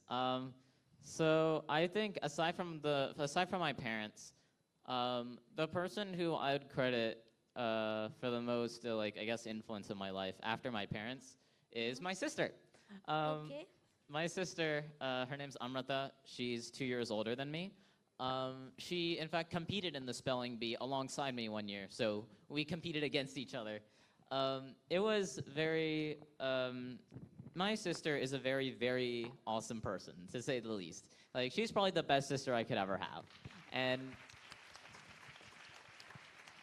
she too made a lot of important sacrifices. She'd take a lot of her time to, work with me. She'd be quizzing me on words or working with me in writing word lists and even more. So she, alongside my parents, has been very supportive of me in my whole journey, and I credit a lot to her. So she's my best friend in the whole world. That's what I can say. Fantastic. I've been told in my ear that I don't need to ask audience questions because that's coming up later. So I'm going to give one last opportunity before we go to the next segment for the toppers. If you want to ask Akash a question, anything from your side.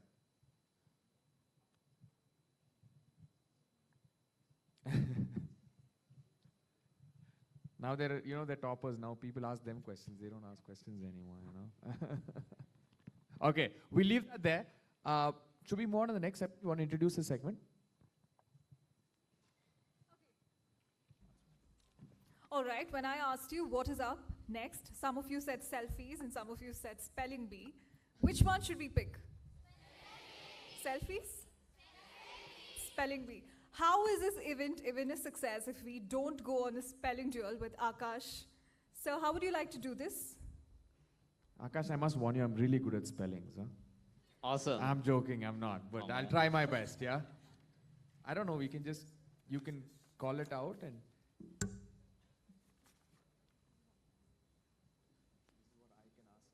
This is what I should ask. First, I should know how to say that word. Okay.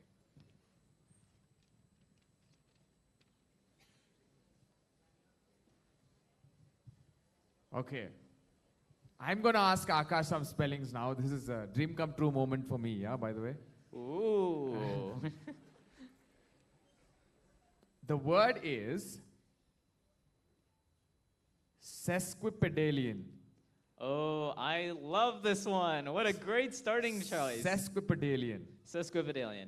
Okay. Do you You have wanna- the information? Oh, were Yeah, you I have gonna- the information, yeah. You can Awesome. ask me. Please give all of the information. Okay, the meaning is given to or characterized by the use of long words. All right. And the part of speech is adjective, is there behind. The origin from Latin, the pronunciation I already gave you, there is no alternate pronunciation, it's the same pronunciation.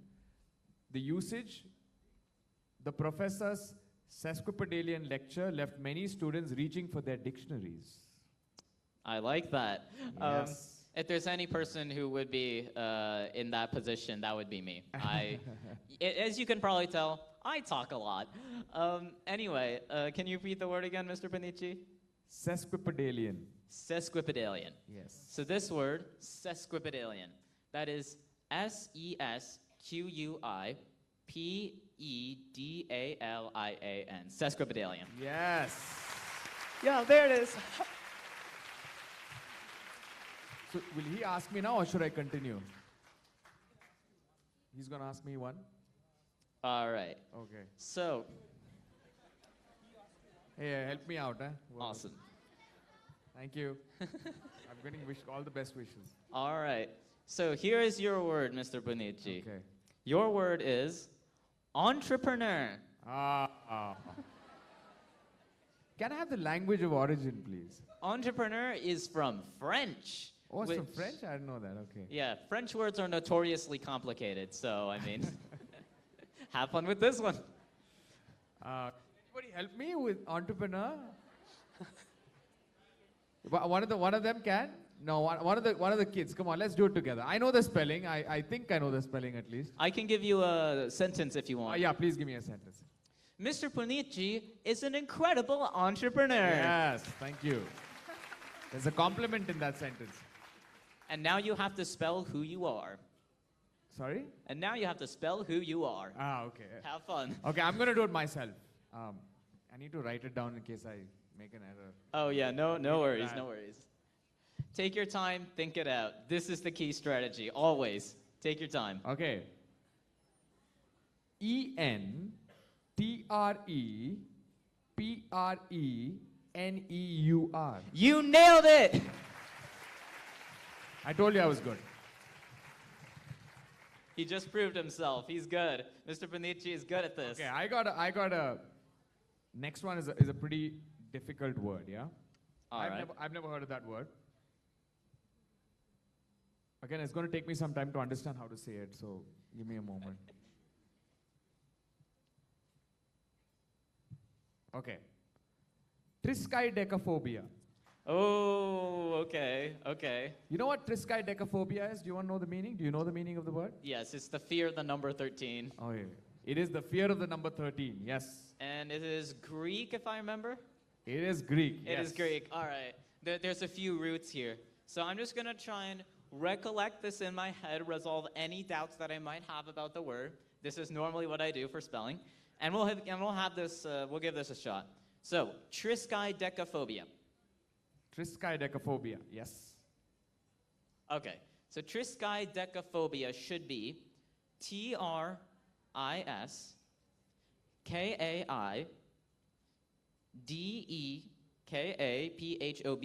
Triskaidekaphobia.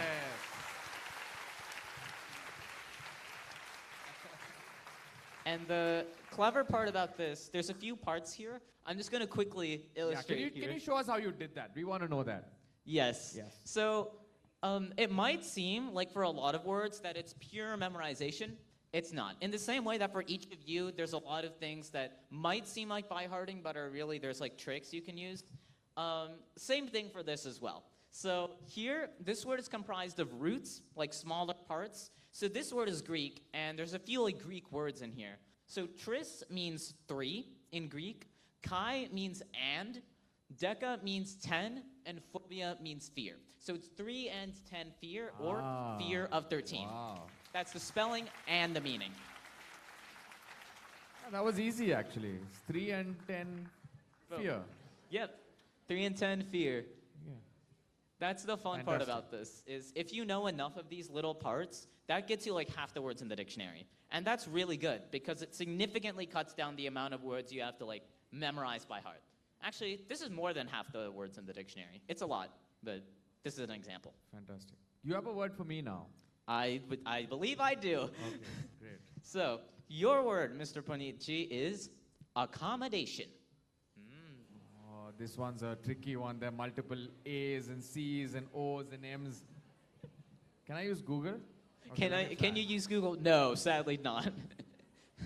Worth a shot though, worth asking. And if I make an error, you got to tell me why I made that error, because there are multiple of these words that have yes, double C's and single. There's a double M. I don't know if there's a double M. Let me write it down. Just work it out in your head. Something that I do, hopefully this can help you, is generally, if I have several options for the word, I'll try and like sound them out in my head or like visualize them to come up with an idea of, does this look right to me? And if it doesn't look right to me, I'm gonna think, okay, maybe that's not the right answer. Generally, that's what I do. It's like intuition, sort of. So what I recommend for you, just try and write down a few different variations and choose the one you think makes the most sense. This is a strategy that I use to do well in the spelling bee. And it does tend to work, usually. I think in general, it gets better the more times you practice and the more times you learn. So if any of you are, practicing and working on this, I have two variations that I've written down. All right. And one of them, you're right, one of them looks a little more right than the other. Okay. So I'm going to go for the second option that I wrote down, and the spelling is ACCOMMODATION. You nailed it. Your intuition is absolutely correct. No, round of applause. Keep it going. Thank you. Actually, you're right. In my first variation, I put down a single M. Then I realized it doesn't sound right if there's a single M. Yeah. And then I wrote down the same. See? You see that? I actually did. I'm not lying. Go ahead. Okay, I put another one for you. This one you're not going to get, yeah? Okay, okay. Let's hope. We'll see. Ooh.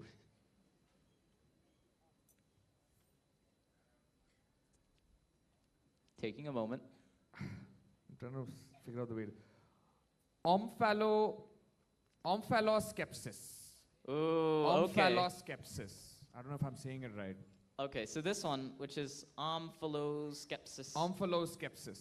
I do need to remember what it means, because I know what the roots are, but I don't remember the meaning. Like, the meaning is navel. Contemplation of one's navel as an aid to medication. I said meditation, navel. Not medication, sorry. Meditation, yes. Oh, okay. Yeah, omphaloskepsis. This is a fun one. It's also Greek, I think? Yes, it's also Greek, yes. Right. And so... Sorry?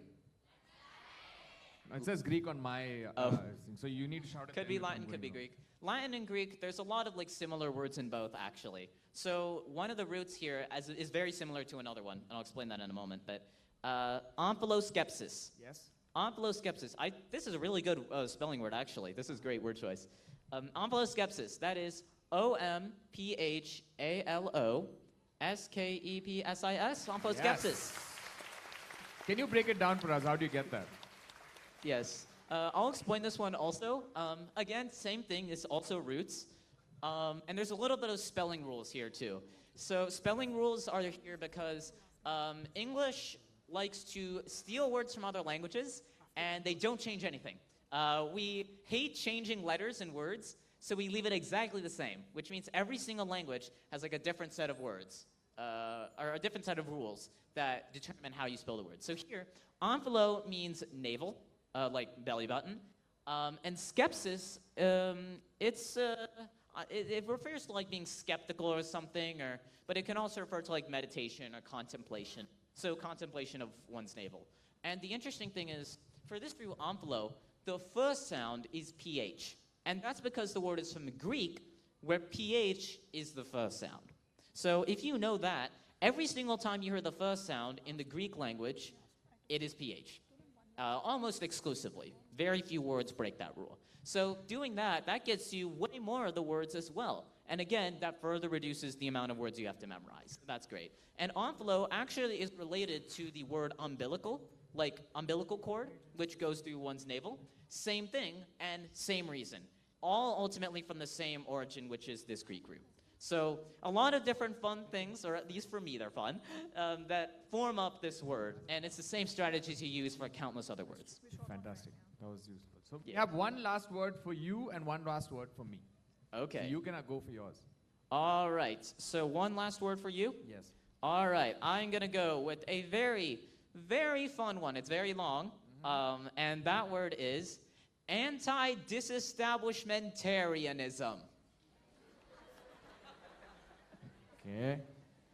Well, the audience enjoyed it, so that's fun. Can you give me the meaning? It is a practice that originated in the Church of England in like the 17th century. It's very complicated and confusing and a lot of ancient history that honestly does not matter, Okay. at least to us. Can you repeat the word, please? Anti-disestablishmentarianism. And one final tip I will give for this word is if you find a really long word, always break it down into parts. And think about like what kind of words you might know that are inside. Because if you do that, this word, which might seem very confusing, is suddenly actually a bit simpler. Can you say the last bit of the word? Establishmentarianism. You can all give it a shot in your head as well, and you all too. Some of you may already know this, I don't know. Do any of you- Anti-disestablishmentarianism. What is? Anti-disestablishmentarianism. Yes. Tarianism. Tarianism, yes. Okay. If I get this right, I need to be given an award, yeah? Yeah. Longest word that I've ever written. You got this, Mr. Punitji. Anti-disestablishmentarianism. He's absolutely correct. We need to give you, like, a trophy should just, like, lower from the ceiling right about now. But again, I use the tip that you said. I broke down a really long word into very simple Parts. smaller parts, yeah. Anti-disestablishment, Arianism. Yeah. And Not so doing hard. that, this is the key, right? You see what Mr. Punitji just did here? If you use this to spell like really long words, you can impress all of your friends everywhere. Every single person you meet, you spell this word to them, their mind is blown, right? So doing this is a really, really great way of making that happen. And just making yourself look super smart, which you should be. Thank you. So I have a last word for Akash before we're going to pick up. We have something interesting after that, which is our last segment. Defenestration. Oh, okay. So this one, again, I think it's roots. So this is referring to, it's a very specific word. This is relating to the act of throwing someone out a window. I'm not Yes, it joking. is. The act of throwing someone out of the window Is that on the a screen? noun. Yes, it's on the screen. Oh, okay.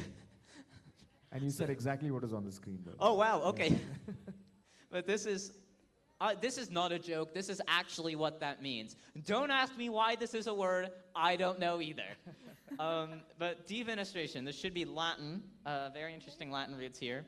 You can tell it's Latin because they don't spell the word with a PH. It's not. And that word, defenestration. The spelling of the word is not on screen. Oh, it's not on screen. It's just Okay, the good. explanation, yeah. But defenestration should be D-E-F-E-N-E-S-T-R-A-T-I-O-N. That's Yes. defenestration. Fenester means window, and D is out. So literally means action of going out the window. It's silly. It's a very silly word. A lot of words are silly in the English language. That's why it's fun. Fantastic. Wow. Thank you so much, Akash. Wow, that was fun. A huge round of applause for Puneet sir and Akash.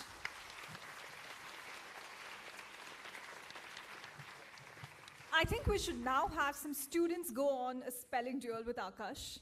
So we have some chits there in that bowl. And the names of the students are written in the chits. Puneet sir is going to pick those chits, call the name, And that particular student is going to ask Akash's spelling. Done? Yes? I need more excitement in the crowd. A louder yes. Awesome. Snacks are waiting, so just, you know. Okay. This will be entertaining for you all. So Akash, you know what this game is, right? I'm gonna pick a chit and you're gonna duel with that particular student, and that student is in the audience. We don't know, they don't know. Do they know it's gonna be them? Obviously they don't, because it's a chit. It could be anybody. They've selected about 20 of them, and it could be any 3 or 4 that we're gonna select today. I So see. it's by chance. Are these like the competitors in like the spelling bee? Are they competitors? Yes, they are. Yeah. I'm up for a challenge now. Okay. The first student is Sadhana Shri from 9th Standard Nagarbavi. She didn't win yet. Yeah. You want to give her a mic? Oh, there. Yeah, Sadhana, you can come to the front. Okay, so I'm going to be your spell master. Do you want to go first or you want Akash to go first? I suggest you go first. Because I think he'll probably get it. So is the format just like you ask a word and I ask a word, or you're asking both the words? So like a spelling kind of. You ask. Oh, okay. Her the word and she will ask you the word. Okay. Actually, I don't know if she can ask her. I'll ask you the word, but you can ask her. All right. Okay? So, no, he'll ask the word for. So the word number 1 here, you can ask her. Okay. Well, does it have the other words on it as well? No, it doesn't. Okay, good. So the words that you're asking to. Okay. Yeah, it says for students. It says for students. Oh, okay. Oh, all right. All right. Who's going first? Yeah. Sadhana. Yeah, You? Sadhana. Okay. Sadhana. Yes. Okay. So your first word, and what was your name again? Sadhana. Sadhana. Okay. So your first word, Sadhana, is paraphernalia. Can you repeat the word? Paraphernalia. Any information that you need? No, it's already on the screen. It's already on screen. Oh, yes. Except the word. Except and the all word. Information. Okay. So this is Ready? paraphernalia. Yeah. Go for it. Paraphernalia.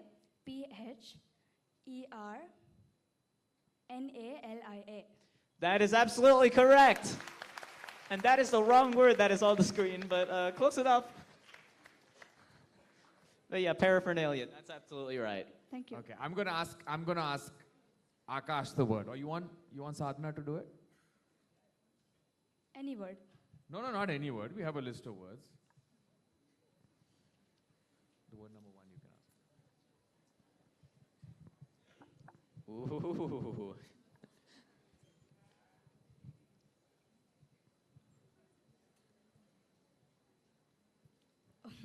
Okay, the word is antediluvian. Antediluvian, yeah. Antediluvian. Okay. So this word is, again, also very specific. If I remember correctly, it relates to a time before the biblical flood.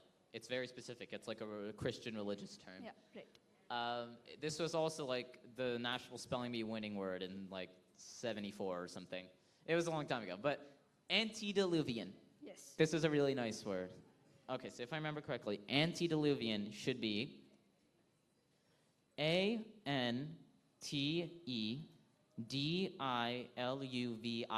Antediluvian? Yes, right. Awesome. Yes. Thank you, Sadhana. Well done. Okay, we have 2 more students, yeah?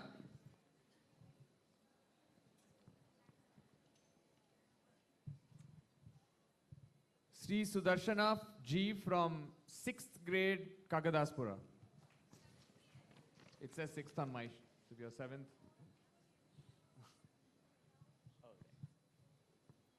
It says Sudarshana, but I think Sudarshan. Sudarshan, okay.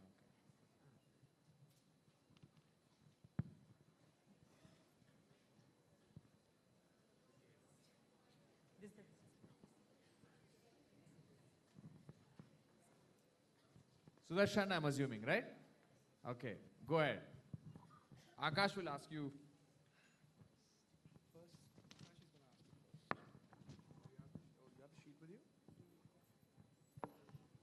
Can you give Akash the sheet? Oh, who's going first? Let Akash go first. Oh, you want Akash to go first? Okay, man. Let him ask first. Give me the sheet. No?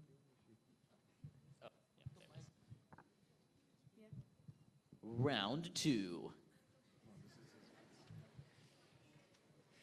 The word number 2 on this. All right, Sudarshana. Your word is serendipity.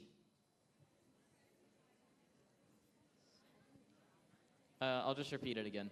Serendipity.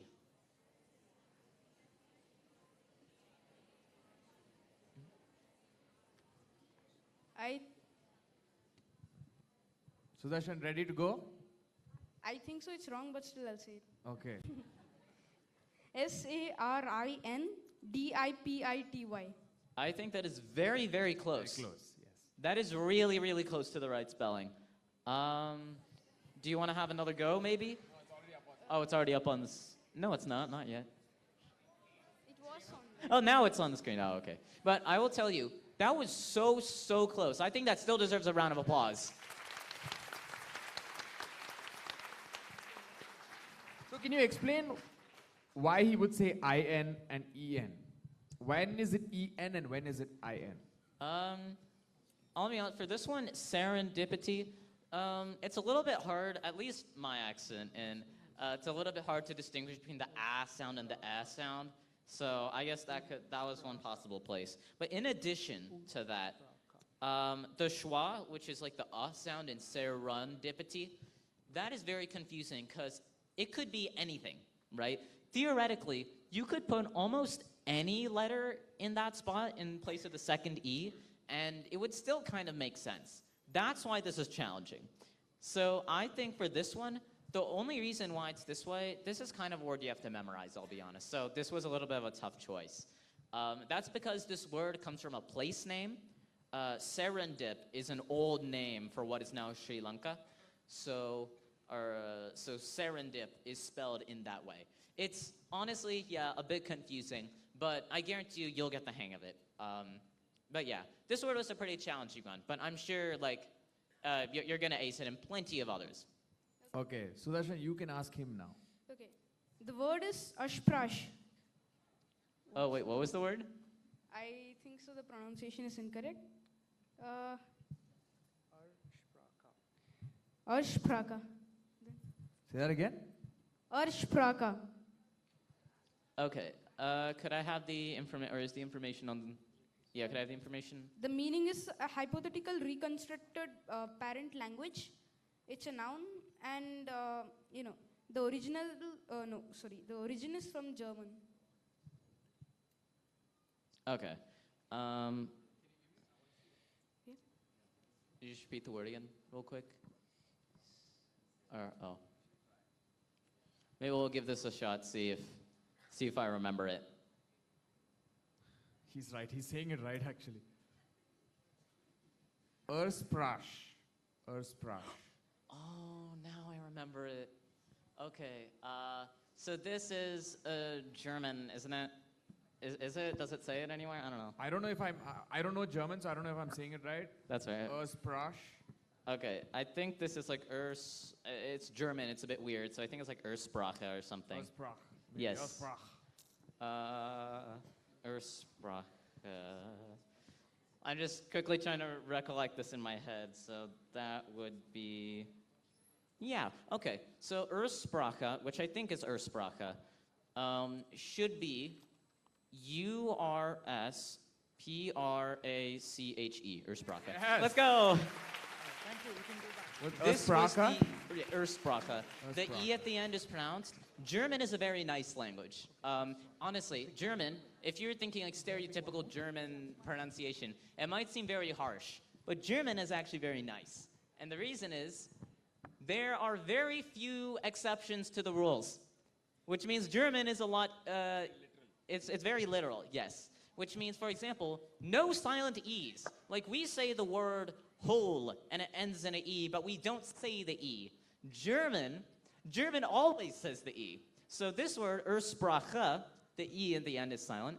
Honestly, yes, the CH being ch is a little bit iffy, but I mean, I like the German language. It's nice. But that was a great word, Sudarshana, where you are. But yeah, that was great. We have one last student, yeah? Round 3.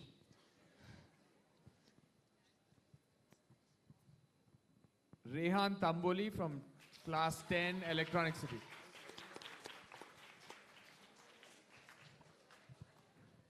Come.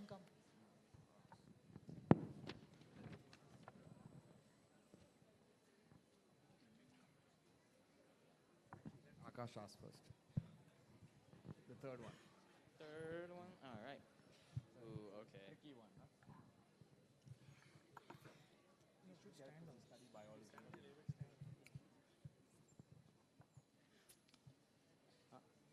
Okay, Rehan, you ready? Akash is going to go first at you. Yep, I'm fine with Okay. All right. Hello, Rehan. Hi. Your first word is onomatopoeia. All right. That got a reaction.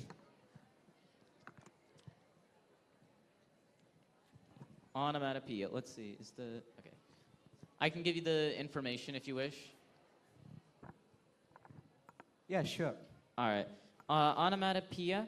The meaning is the formation of a word from a sound associated with what is named. It's a noun. It's from 2 Greek parts. There's one other alternate pronunciation, onomatopoeia. Okay. And the sentence, the word buzz, is an example of onomatopoeia. All right.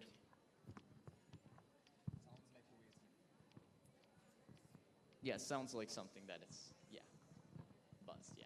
Buzz, and a lot of other types, like moo, chirp, etc.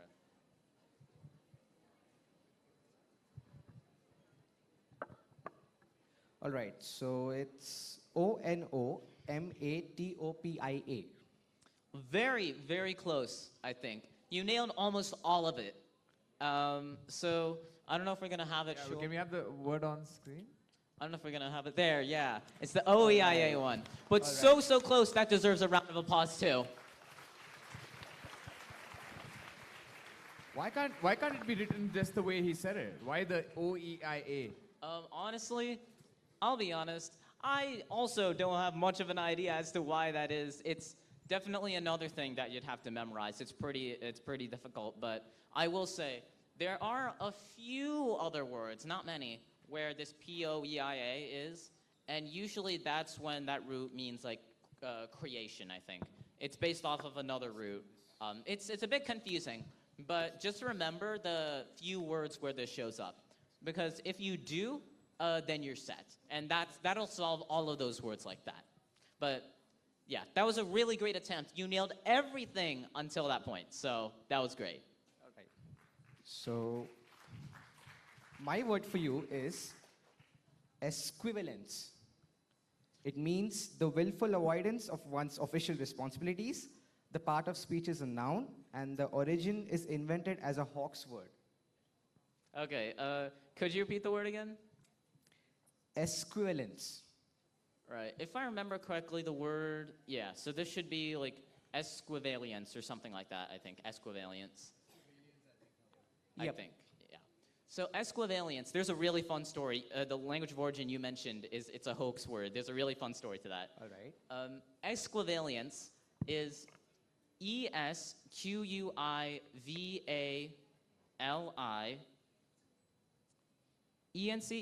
Yep, that's Let's absolutely go. correct. And the fun part about that is this word has a very interesting story. If I remember correctly, it was invented by Oxford, the Oxford English Dictionary, as a completely made up, fictional, does not exist word, but it was created in an attempt to catch other dictionaries who were copying Oxford and copying their meanings. Oh. So That's surprising. yes, it is very surprising. What word is that? This one? Esquivalence, Oh, yes. And since then, it has actually become a real word, like actual real word used for meanings, like the willful avoidance of one's duties.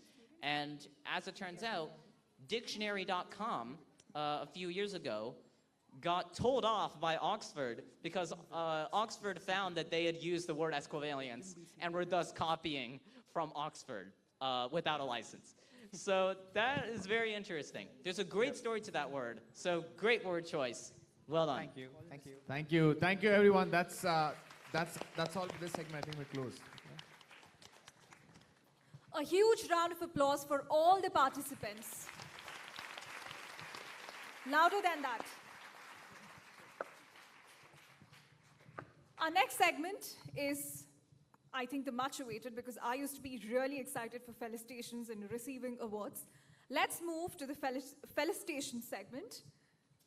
Can I please request Puneet sir to felicitate Akash? Akash's journey is an inspiration to all of us.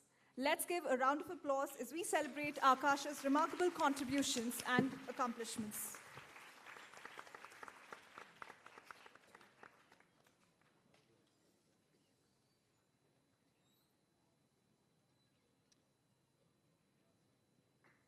Keep cheering, guys.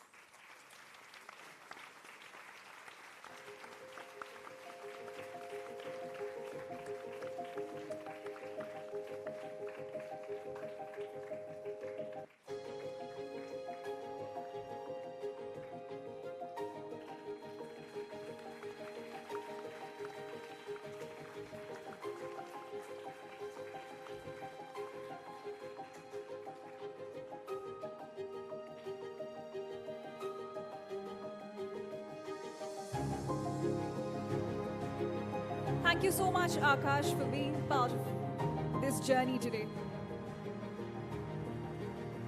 A huge round of applause for Akash Vukoti, please. Next up, it's now time to honor our top performing students. As I call out your names, please come forward to receive your well-deserved accolades from our distinguished guests. First in line, we have Sam Shreyas Joseph,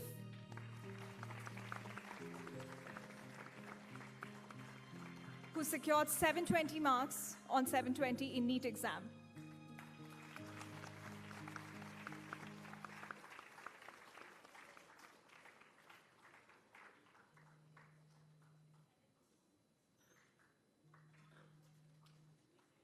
Next, Khushi Maganur, 715 marks on 720. Congratulations, Khushi. Congratulations, Shreyas. A huge round of applause. Keep clapping, guys.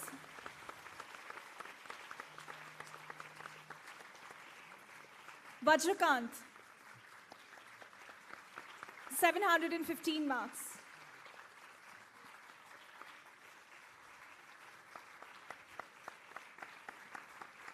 Louder.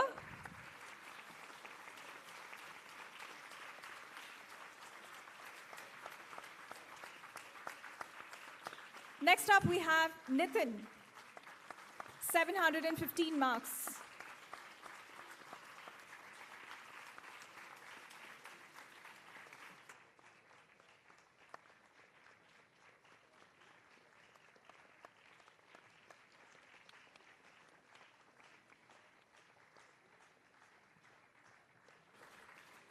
Dhruv Avasti, 715 marks.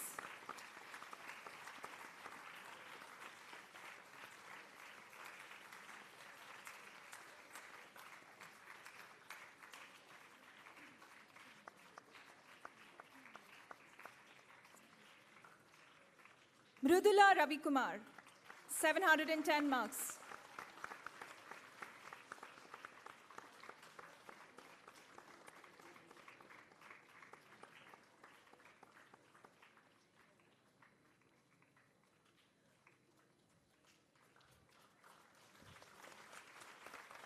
Amog Pargoankar, 710 marks.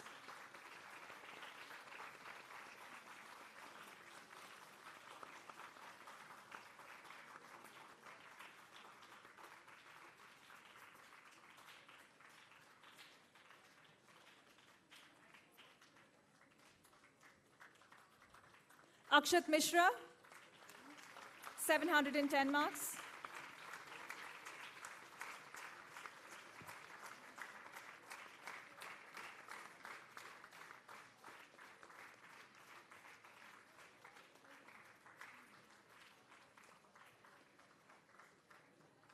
Akineni Suhas, 710 marks.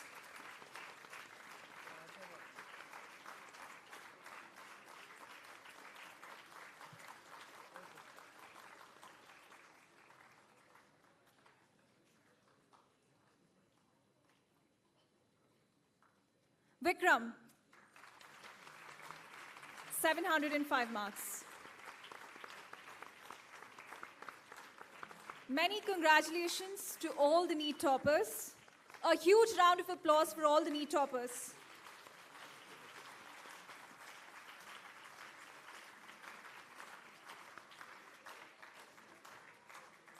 Next up, we have Amog Agarwal. Amog is not here with us today, but let's give him a huge round of applause.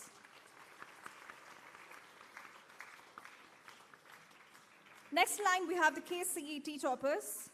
Harsha Kartikeya, first rank KSET.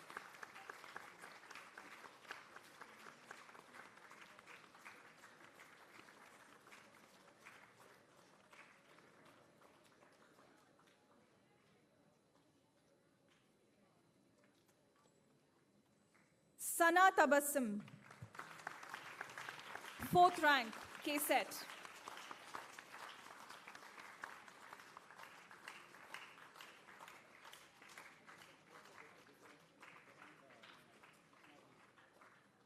Arun Radha Krishna, 11th rank.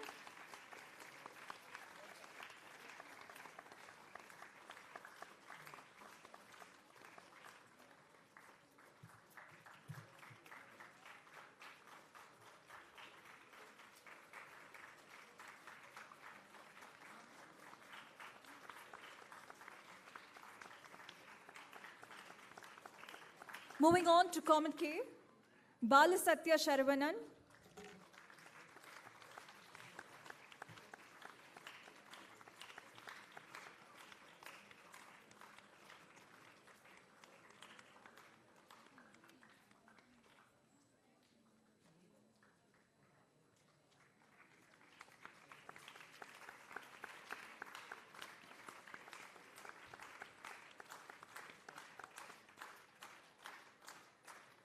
Maharnab Das, ISI admission topper.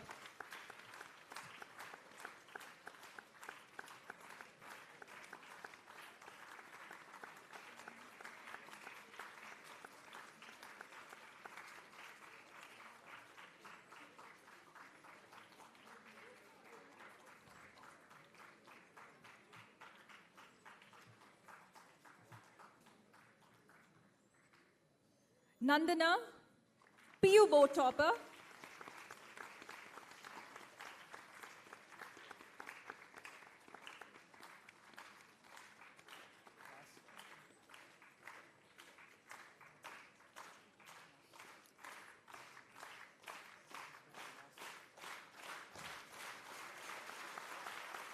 Lastly, we have Saumya, 10th board topper.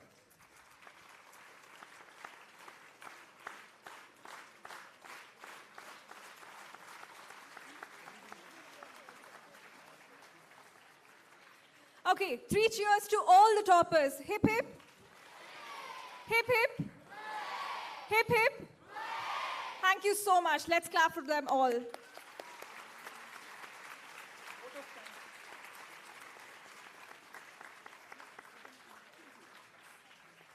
I now request Ms. Quinton to kindly propose the vote of thanks.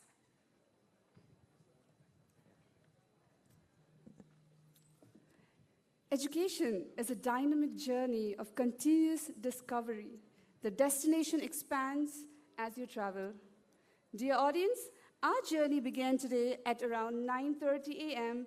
and during the journey we discovered the beauty of Karunadu through Karnataka Darshini.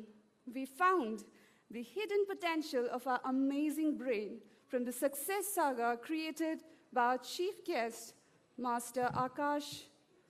And the event was a new way of mentoring our beloved director, Puneet sir, who has designed such an interactive platform for our Narayana students which helps in shaping their future.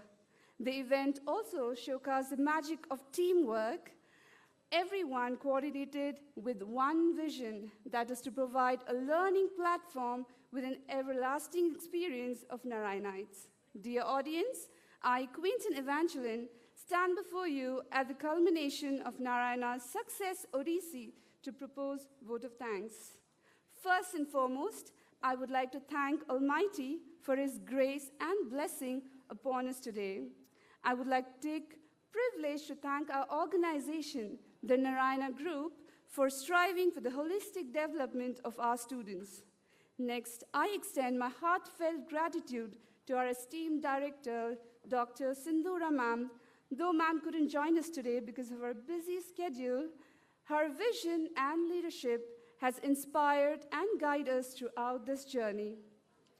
With humility, I will thank our dynamic president, Punit sir, for his invaluable guidance and mentorship. Your dedication to nurturing the young minds is truly commendable. As Maya rightly says, do the best you can until you know better. Then when you know better, you do better. Your presence here today is a testament to the power of knowledge and leadership. Thank you, sir, for illuminating our path today. Our special thanks goes to our chief guest, Akash Vakuti, the young prodigy, for gracing us with your presence and inspiring us for your exceptional achievement. Your journey speaks about the power of dedication, hard work, and passion. The key to realize a dream, to focus not on success, but significance. Your significance is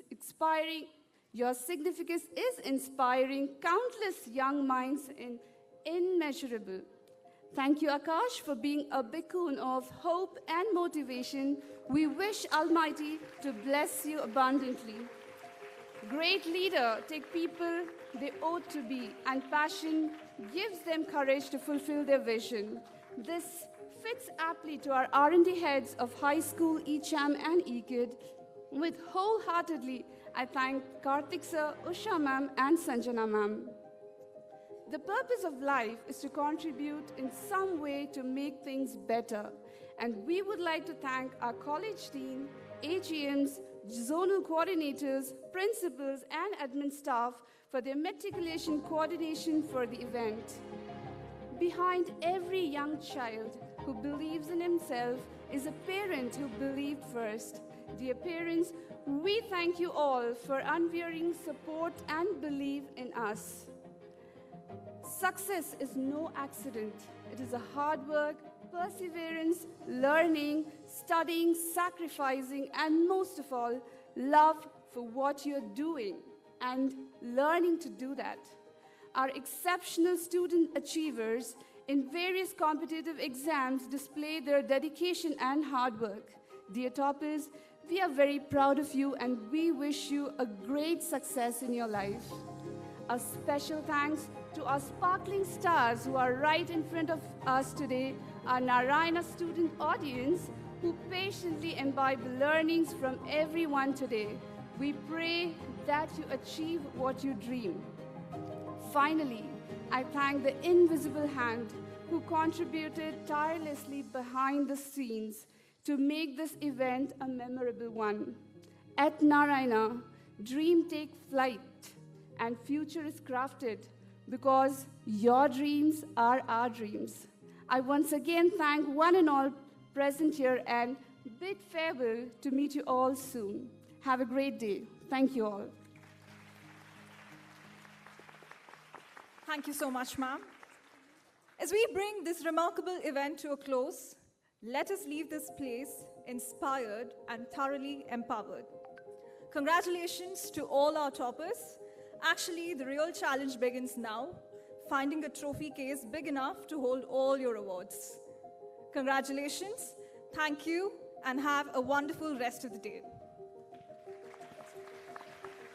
Photo?